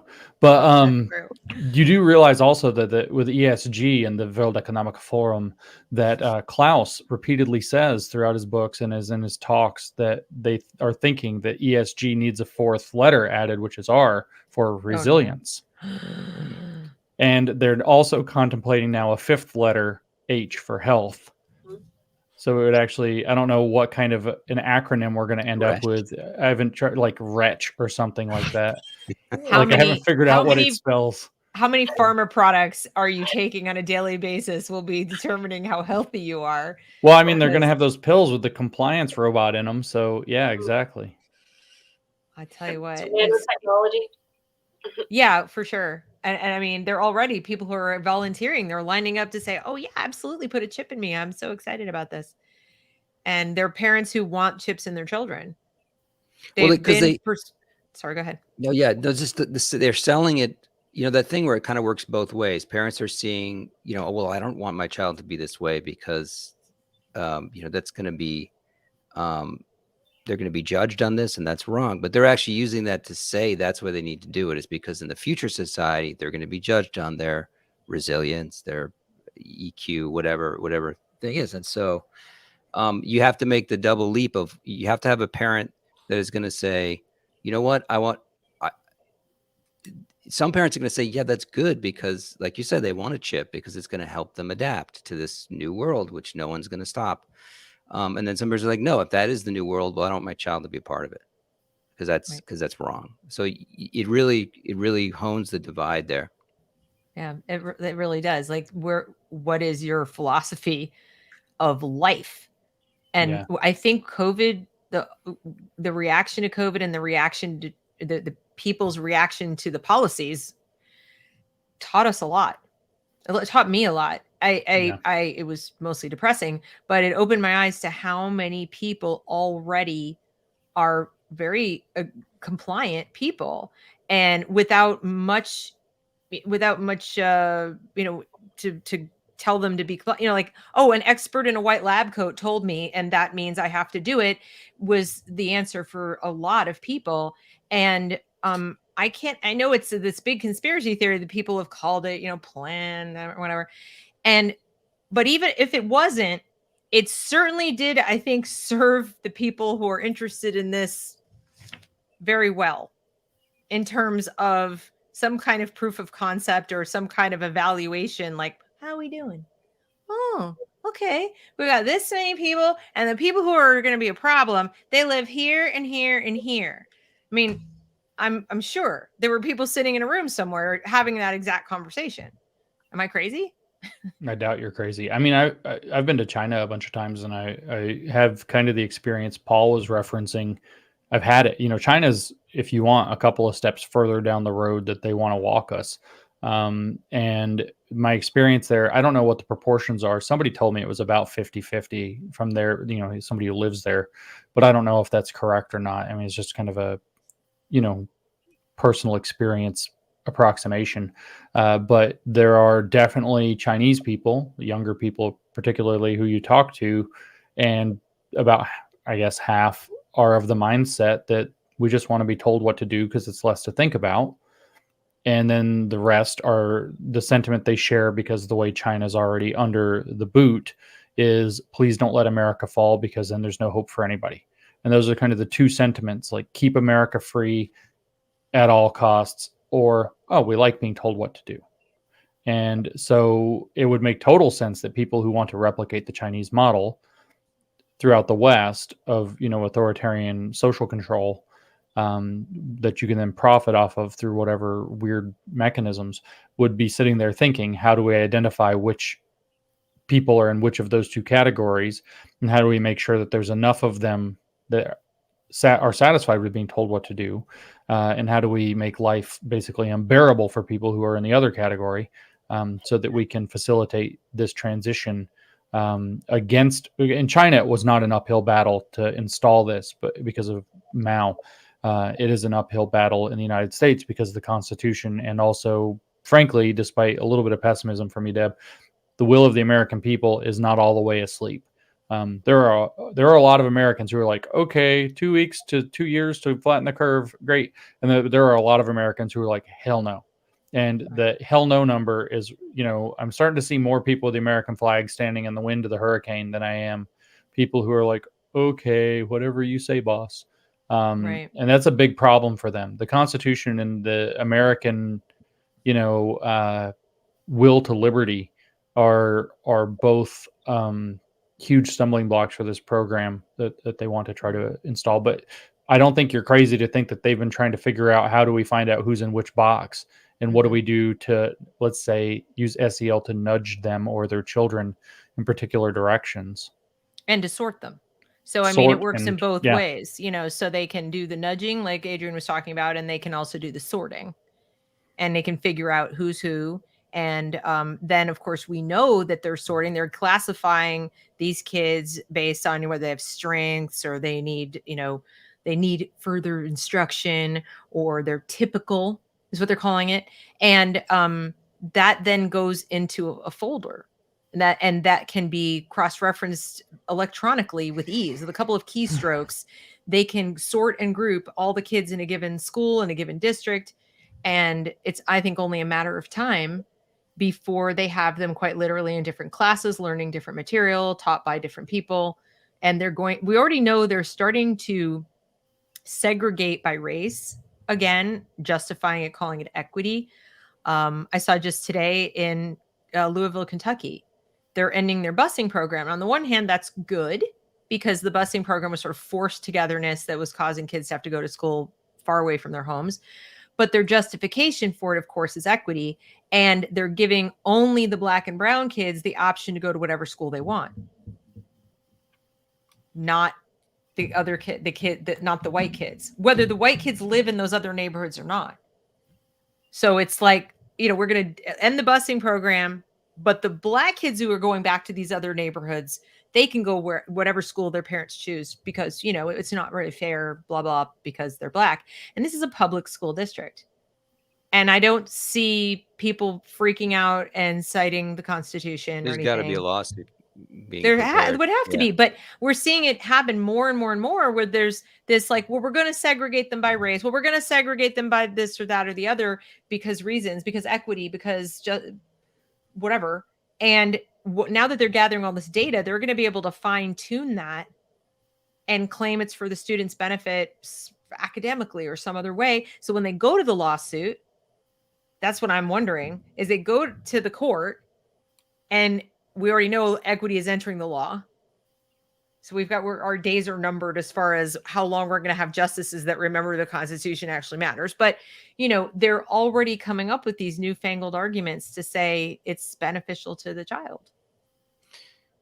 Yeah, but again, I think that's where the Constitution, at least for now, I hope so. I if think the law courts falls, are we're one of done. the last. Yeah, that's one of the stops here. Yeah. I mean, they have to take all the institutions and they're working hard at the law, but I don't know. I sometimes wonder if the Supreme Court, you know, made this most recent decision as a way to say, you didn't get us yet. You know, I mean, whether I agree with it or not, I'm not going to even go into. I'm just saying it's so, well, you know, I mean, so a bigger Supreme Court decision that says that the law is not dead yet was actually a 9-0 ruling earlier this year. That was a case about them flying. I don't remember if it was just Black Lives Matter or if it was Black Lives Matter and a pride flag, and a Christian group asked the one in to be able to fly. Yes. Yeah, that's right. Yes. To fly a Christian flag, and they said no, and that was ruled 9-0, a First Amendment violation. At which point, the next day, a Christian flag and a Satan flag went up, and then the day after that, all the flags came down. And schools across, at least New England, and I think across the country, school systems started taking down their Black Lives Matter, trans, and pride flags because they knew. And there's actually, I learned about this, actually, I heard about it first when I was in Vermont and recently, and one of the guys talking there said there was a school district there in Vermont where they actually have the superintendent on audio recorded, or maybe even video recorded, saying, well, we knew it was against the First Amendment when we put them up, but we didn't think anybody else would know. And that was their justification for putting them up. And so the law is not dead. And all of a sudden, you know, he's taking them down. And now this guy, this superintendent, is probably going to lose his job because there's this record. We knew we were violating the law, and we did it anyway because we thought everybody was too stupid to call us on it. And so there are hopeful signs within the law as well, you know, even specifically related to this kind of thing. But what that means is people have to be willing to provoke as well. I think every time you see a school where they're flying a Black Lives Matter or a pride flag and they're running their mouths about it, everybody, I'm not even Christian. I'll go ask to fly a Christian flag. Like, I want to put up a Christian flag here. You're flying that one. I want this one. And see what happens. And then, you know, in this case, though, with the Supreme Court ruling, any lawyer in the universe that talks to him is going to be like, you better take them all down or let them put it up, one or the other. At which point you then provoke further by saying, well, we're going to put up the Satan flag, and it's like something they really don't want up. And you just continue to do this. Right. And I mean, I think make the school fly a Nazi flag. Make them do it if they won't take them down. No, I mean, it's true. I mean, if they're putting flags with, you know, the communist flag in California schools, and there's literally a statute on the books in California that you're not allowed to teach communism in the classroom. And of course, they're doing it anyway. But I think that you're right about that. I actually interviewed Hal Shurtleff, who was the guy in charge of Camp Constitution, and he was instrumental in that case. Months ago, he came on the show talking about, well, we're waiting for a decision, whatever. And I was pretty happy for them because regardless of what I feel about the specific flag, it was a win for free speech. On the other hand, then you have situations like school districts that have won their discrimination cases, and the districts are spending taxpayer money on lawyers to appeal rather than just follow the law. It's almost like they just want to run out the clock or something. They've been told you're discriminating by race and you need to stop. And in fact, in the case in Virginia with Thomas Jefferson High Osra Namani School, they were the court told them, you better come up with a plan to change your admissions policies in case you lose, so you're ready for the school year. They didn't. They not only didn't follow the directions, but then they're appealing anyway. And I mean, that's ballsy. So that's what, that's why I'm sort of like, I'm hopeful, but then I see them doing that and I'm like, why are there not parents with pitchforks and torches? You talk about being provocative, and I don't want to sound like I'm calling for armed insurrection, but how about just a march? How about the same level of passion that the kids are showing, getting in a bus and going and laying down for gun stuff or whatever? Why aren't there hundreds and hundreds of parents just showing up at these schools and saying, stop spying on our kids, stop poking around in their brains, cut it out, teach them how to read? Or stop. I mean, that should just be happening every day. Well, I was going to say, one of the things I wonder with this is has there been too much of a deference toward the judgment of experts as being the best thing for everyone? Because it's like you mentioned the Supreme Court. Like, one of the things I saw in it was either scientific and it was Nature. I think a bunch of scientists wrote an editorial in Nature screaming about the fact, well, the Supreme Court, if they go through with this, is ignoring the science around abortion and and what have you, as in like preference to having experts from the world, if you will. So I do wonder if there's been a sort of, and I welcome others' thoughts on this, drill in the notion that, well, you should listen to the experts on these things. They are the ones who know the best. They can run society the best. And then it leads us down the road of the SEL manipulation of everything there, when you just like, well, you got to listen to the experts. They know how you help your kids get a job in the future, right? In the future economy. So I do wonder if there's been too much of a deference put on to people to say, you should listen to the experts. They know best. And well, James is an expert. They should listen to him. Yeah, that's right. This Judy C says parents don't know.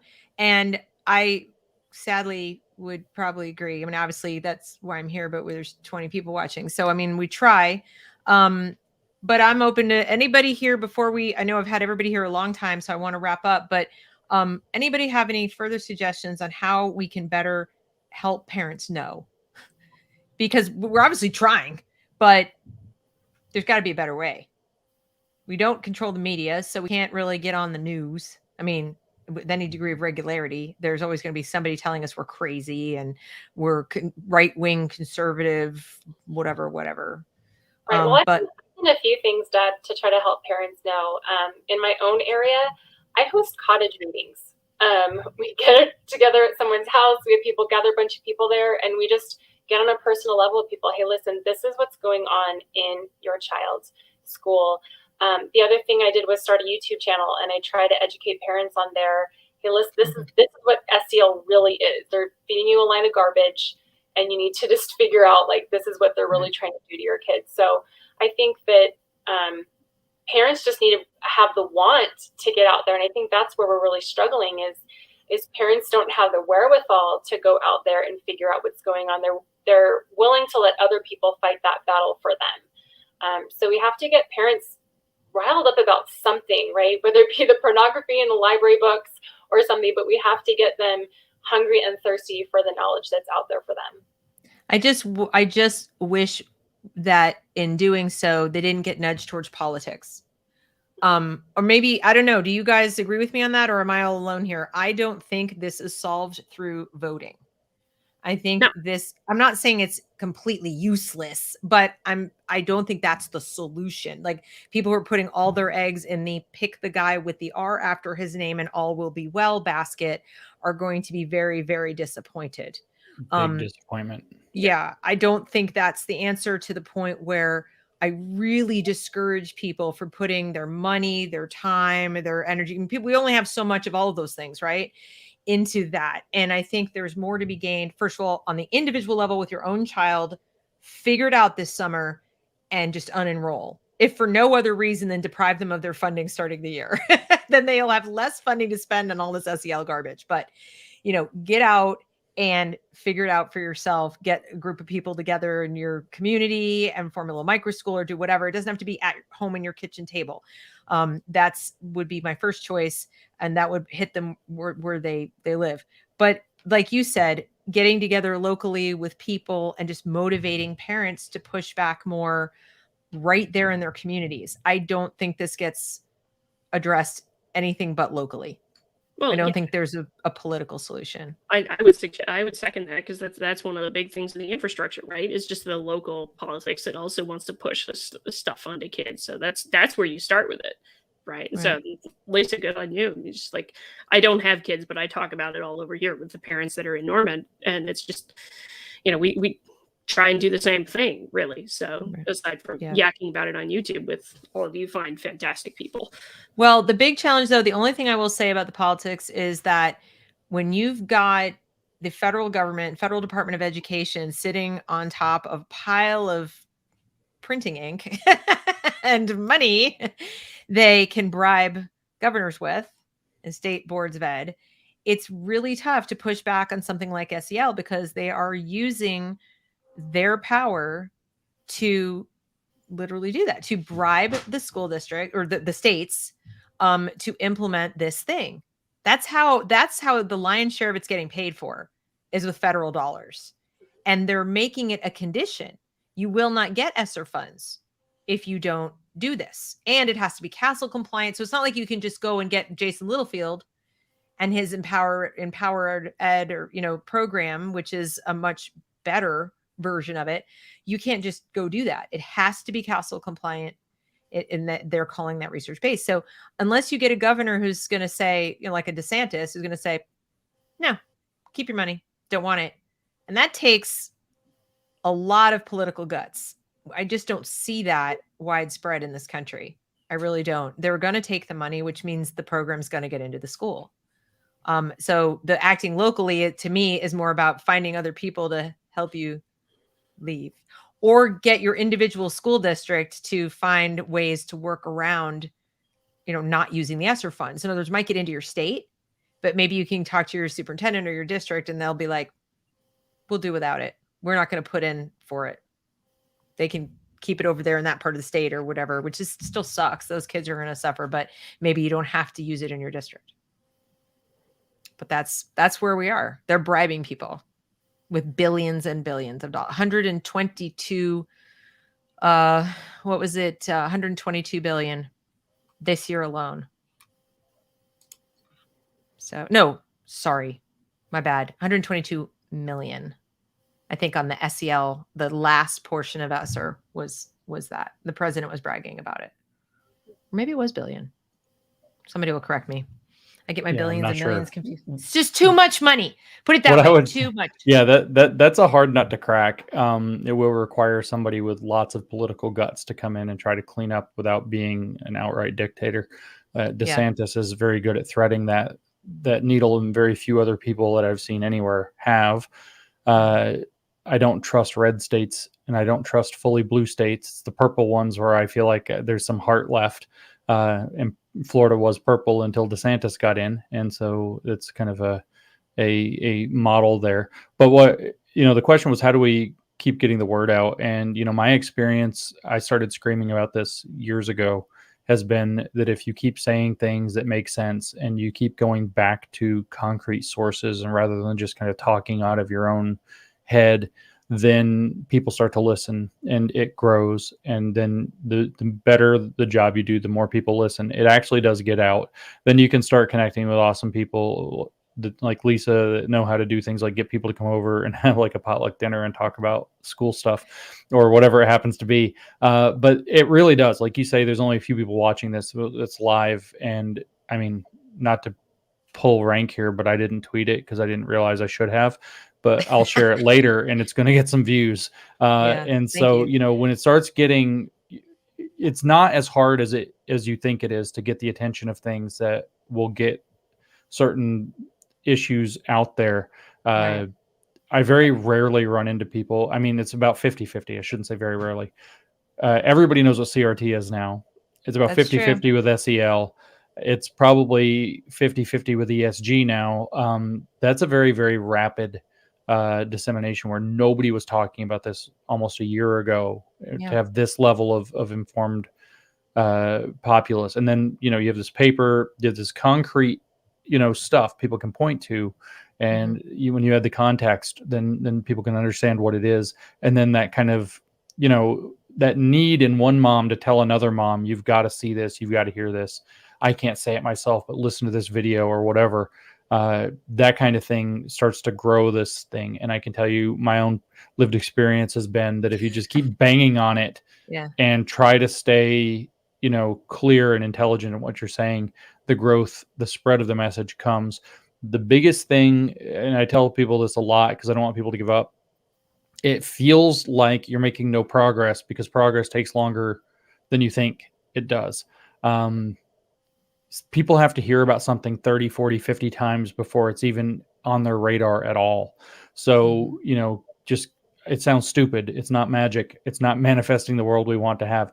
If you keep talking about an issue and making it clear, it actually does start to spread. It actually does start to get into people's cognition. More people get curious about what it is and more people get motivated to share it. So just, if you want to get more parents in the know, don't get frustrated with how asleep everybody's been and that they're just starting to wake up. Realize that if you keep talking about it, more people are going to wake up and they're going to get more interested in it. And, for every 1,000 people that get interested, you end up with somebody who's going to do amazing work like one of you all to really get more information and spread that information. And then you're going to have an army of people that are going to be a big problem for this kind of a movement. They have operated by having a gigantic head start when nobody was looking. Right. And it's really important to remember that because we're undoing the amount of head start they've had very, very quickly. It's almost like the tortoise and the hare story, sort of backwards or whatever. But like they've been asleep, like sitting there, like, I can't lose. We're so far ahead. And we have caught up extraordinarily quickly. That is true. The tipping point is probably not far off. And I think the other thing that you're bringing up is that we also have to meet people where they are. And, I do tell people that, like, don't yell at people or get mad at them because they're struggling to believe you, because we're talking about their kids and we're talking about a decision they made. Parents, that, they may have gone to the same schools. So they still think it's like it was when they were there, or, you don't want to believe that you're participating, unwittingly in the abuse of your own children. Like, know that you're hardwired not to believe that. It's like, I don't want to hear, this can't be true. So you're trying to break through some cognitive dissonance there, and you have to approach it in a way that has, that's compassionate, that's patient. And then also you have to talk about core principles. Give the parent the benefit of the doubt. Like, you want your child to be learning XYZ, whatever. And then, get them saying yes a bunch. Get them saying, yeah, of course that's what I want. Of course that's what I want. It's like, okay, well, do you think this is working to do that?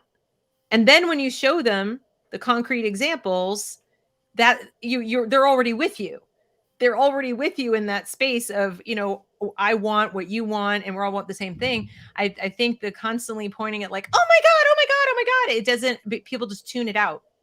So we have to talk about what education is supposed to be. what, individuals, how individuals thrive and all those kinds of things, I would think at least as much to be taken seriously with this stuff. And I think we will make a lot of progress that way as well, because that's where I've made progress. Whenever I approach parents that way, I get them actually listening, and you give them that exit, the sort of graceful exit from their former position, they're more likely to go with you. That's just what I've noticed. But I can't thank all of you guys enough, especially the guests who dropped in, James, Paul, everybody, Lisa, Adrienne. This was a beast. And we really didn't get into too much of the meat of it. I mean, you guys, it's like over 25 pages, right? Mm-hmm. And a lot of it sounds like the parts we read.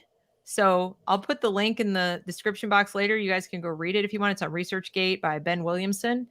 But it's, I just think it's a great opportunity to see people putting it out there. Like, this is what we want. This is what we're going to do. And it's not a conspiracy if it's real, right, James? I mean, it can be a conspiracy without being. It's not a conspiracy theory if it's real. It's a conspiracy then. Right. Exactly. It's right. It's a real conspiracy. So, where should everybody go? I mean, let's do a quick round robin to find everybody. Lisa, where should people find you? Twitter at I am Lisa Logan, and also on my YouTube channel, Parents of Patriots. Okay. And James is New Discourses and Conceptual James. Is that you on Twitter these days? That's right. James, you weaponizing your... Am I weaponizing your mom still? Yeah. Well, I don't know. It's weaponizing something at Conceptual James. It's weaponizing your mom. At Conceptual James and at New Discourses. Right. And please, everyone, watch the Groomer School series. I've been pushing that to everybody. Like, please watch that. Listen to it, whatever. That is so incredibly important for people to understand. And Paul, unfortunately, my wings are clipped, guys. I'm still suspended on the Bird Twitter app. Working on it. There are some people have sounded the trumpets, and hopefully the cavalry is coming. So until I'm back, usually at Paul D. Rossi on Twitter, but please email me if you have any questions at teachingfortruth@protonmail.com. Great. And of course, we have Adrienne at ScioSophia YouTube channel and locals. It's ScioSophia.locals.com. And when you want to get the breakdown on the latest study that's out there that people are saying, study says, take a look, because Adrienne's got the goods on that. Thank you all so much. I hope you have a wonderful rest of your evening, and I will see you later. Bye, everybody. Thanks for coming. Bye. Bye.